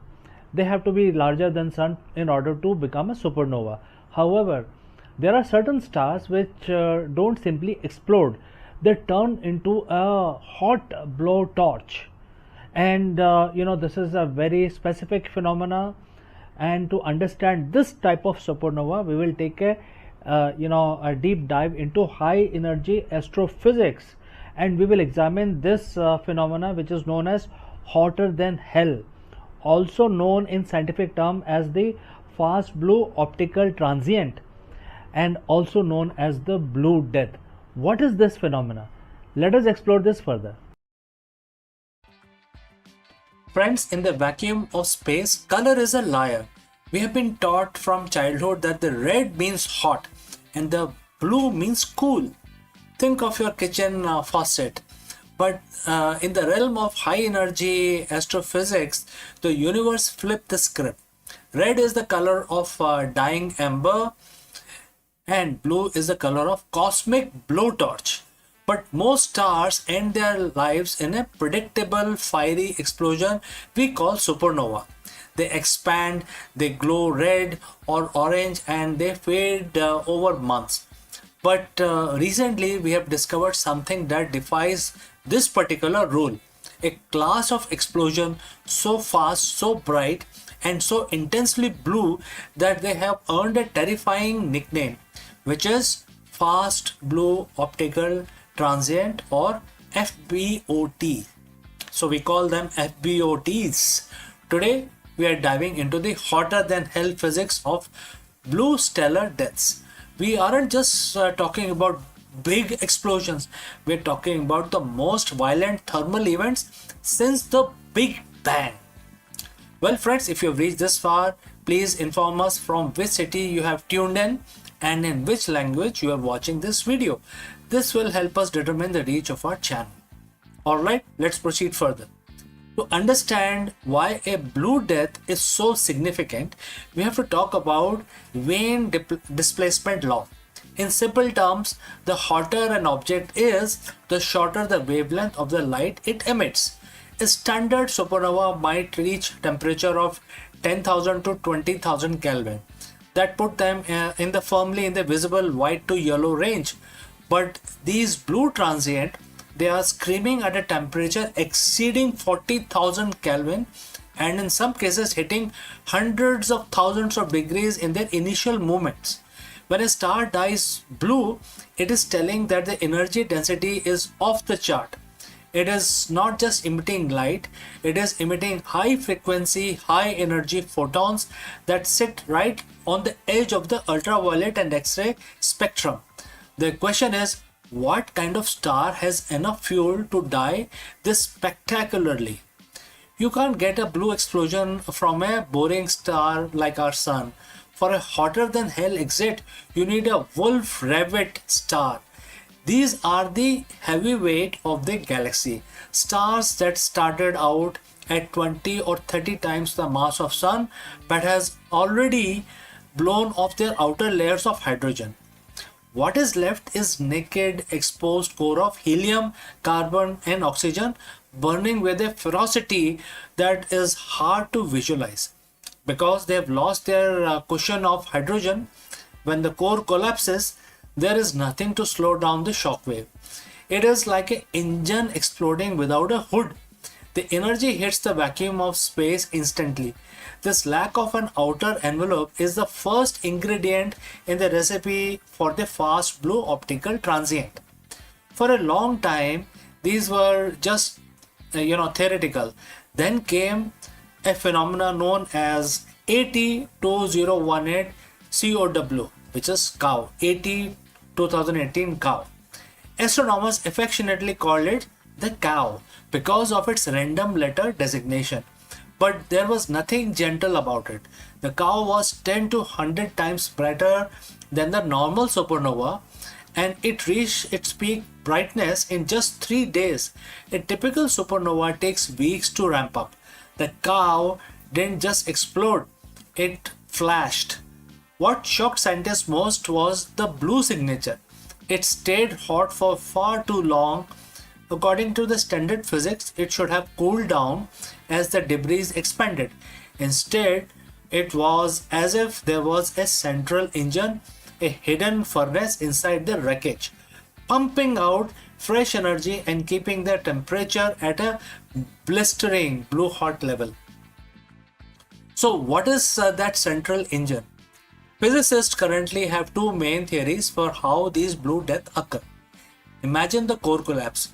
It is so massive that it skips the explosion phase and goes straight into a black hole. As the rest of the star tries to fall into the black hole, it creates a massive traffic jam called accretion disk. This disk spins so fast and gets so hot, it launches a jet of plasma through the star's, whatever the star remains, and nearly at the speed of light. That jet is blue light we see. In this version, the core collapses into a magnetar, a neutron star with a magnetic field trillion times stronger than the Earth's, spinning hundred of time per second. This magnetic whirling injects a colossal amount of kinetic energy into the explosion, acting like a cosmic microwave that keeps the debris cloud at blue hot temperature. So why do we spend millions of dollars on these expensive telescopes to find these blue blips? Because they are the laboratories of the extreme. FBOTs allow us to watch the birth of black holes and magnetars in real time. Usually we find these objects millions of years after they were formed. With blue stellar death, we are seeing the first cry of a new celestial monster.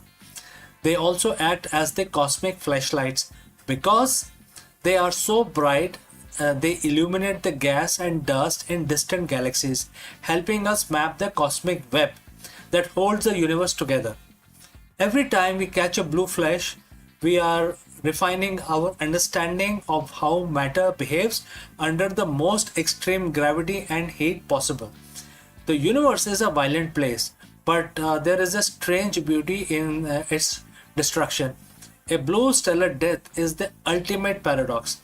A star that has run out of life yet shines with more intensity than billion suns combined. It's a final defiant scream across the vacuum. Next time, when you look up at a clear night sky, remember that twinkling white stars are just the beginning. Out there in the deep dark, something is turning blue, breaking the laws of physics and providing that something truly are hotter than hell. So, thanks for watching, thanks for listening. If you enjoyed this deep dive into physics of the cosmos, don't forget to hit that subscribe button. Until next time, keep looking up. Before I go, a word about our affiliate partner. Stop settling for a good enough video. If your built-in laptop camera looks like a grainy mess, it is time for an upgrade. Want to instantly level up your video presence? I like to present the Lenovo Performance FHD webcam. This is a game changer for your desktop setup. Technically, this is packed. It has a very sensitive RGB sensor, very crisp photographs it takes. Also comes with two microphones on board, which helps you to record very clear voice in stereophonic format. And these microphones are very sensitive. You can actually move away from the camera up to 2 meters and these microphones will pick up your voice without any problem. This is a very strong piece. This is very sturdy. Comes with tripod ready. Comes with a very long leash, so it gives you a lot of flexibility to place the webcam wherever you want to keep in your studio. And also it has a swivel base, which is also very handy. So if you want to basically level up your game and you want to pick up this camera at a discount, please click on the link here or scan the QR code. Now let's get back to our video.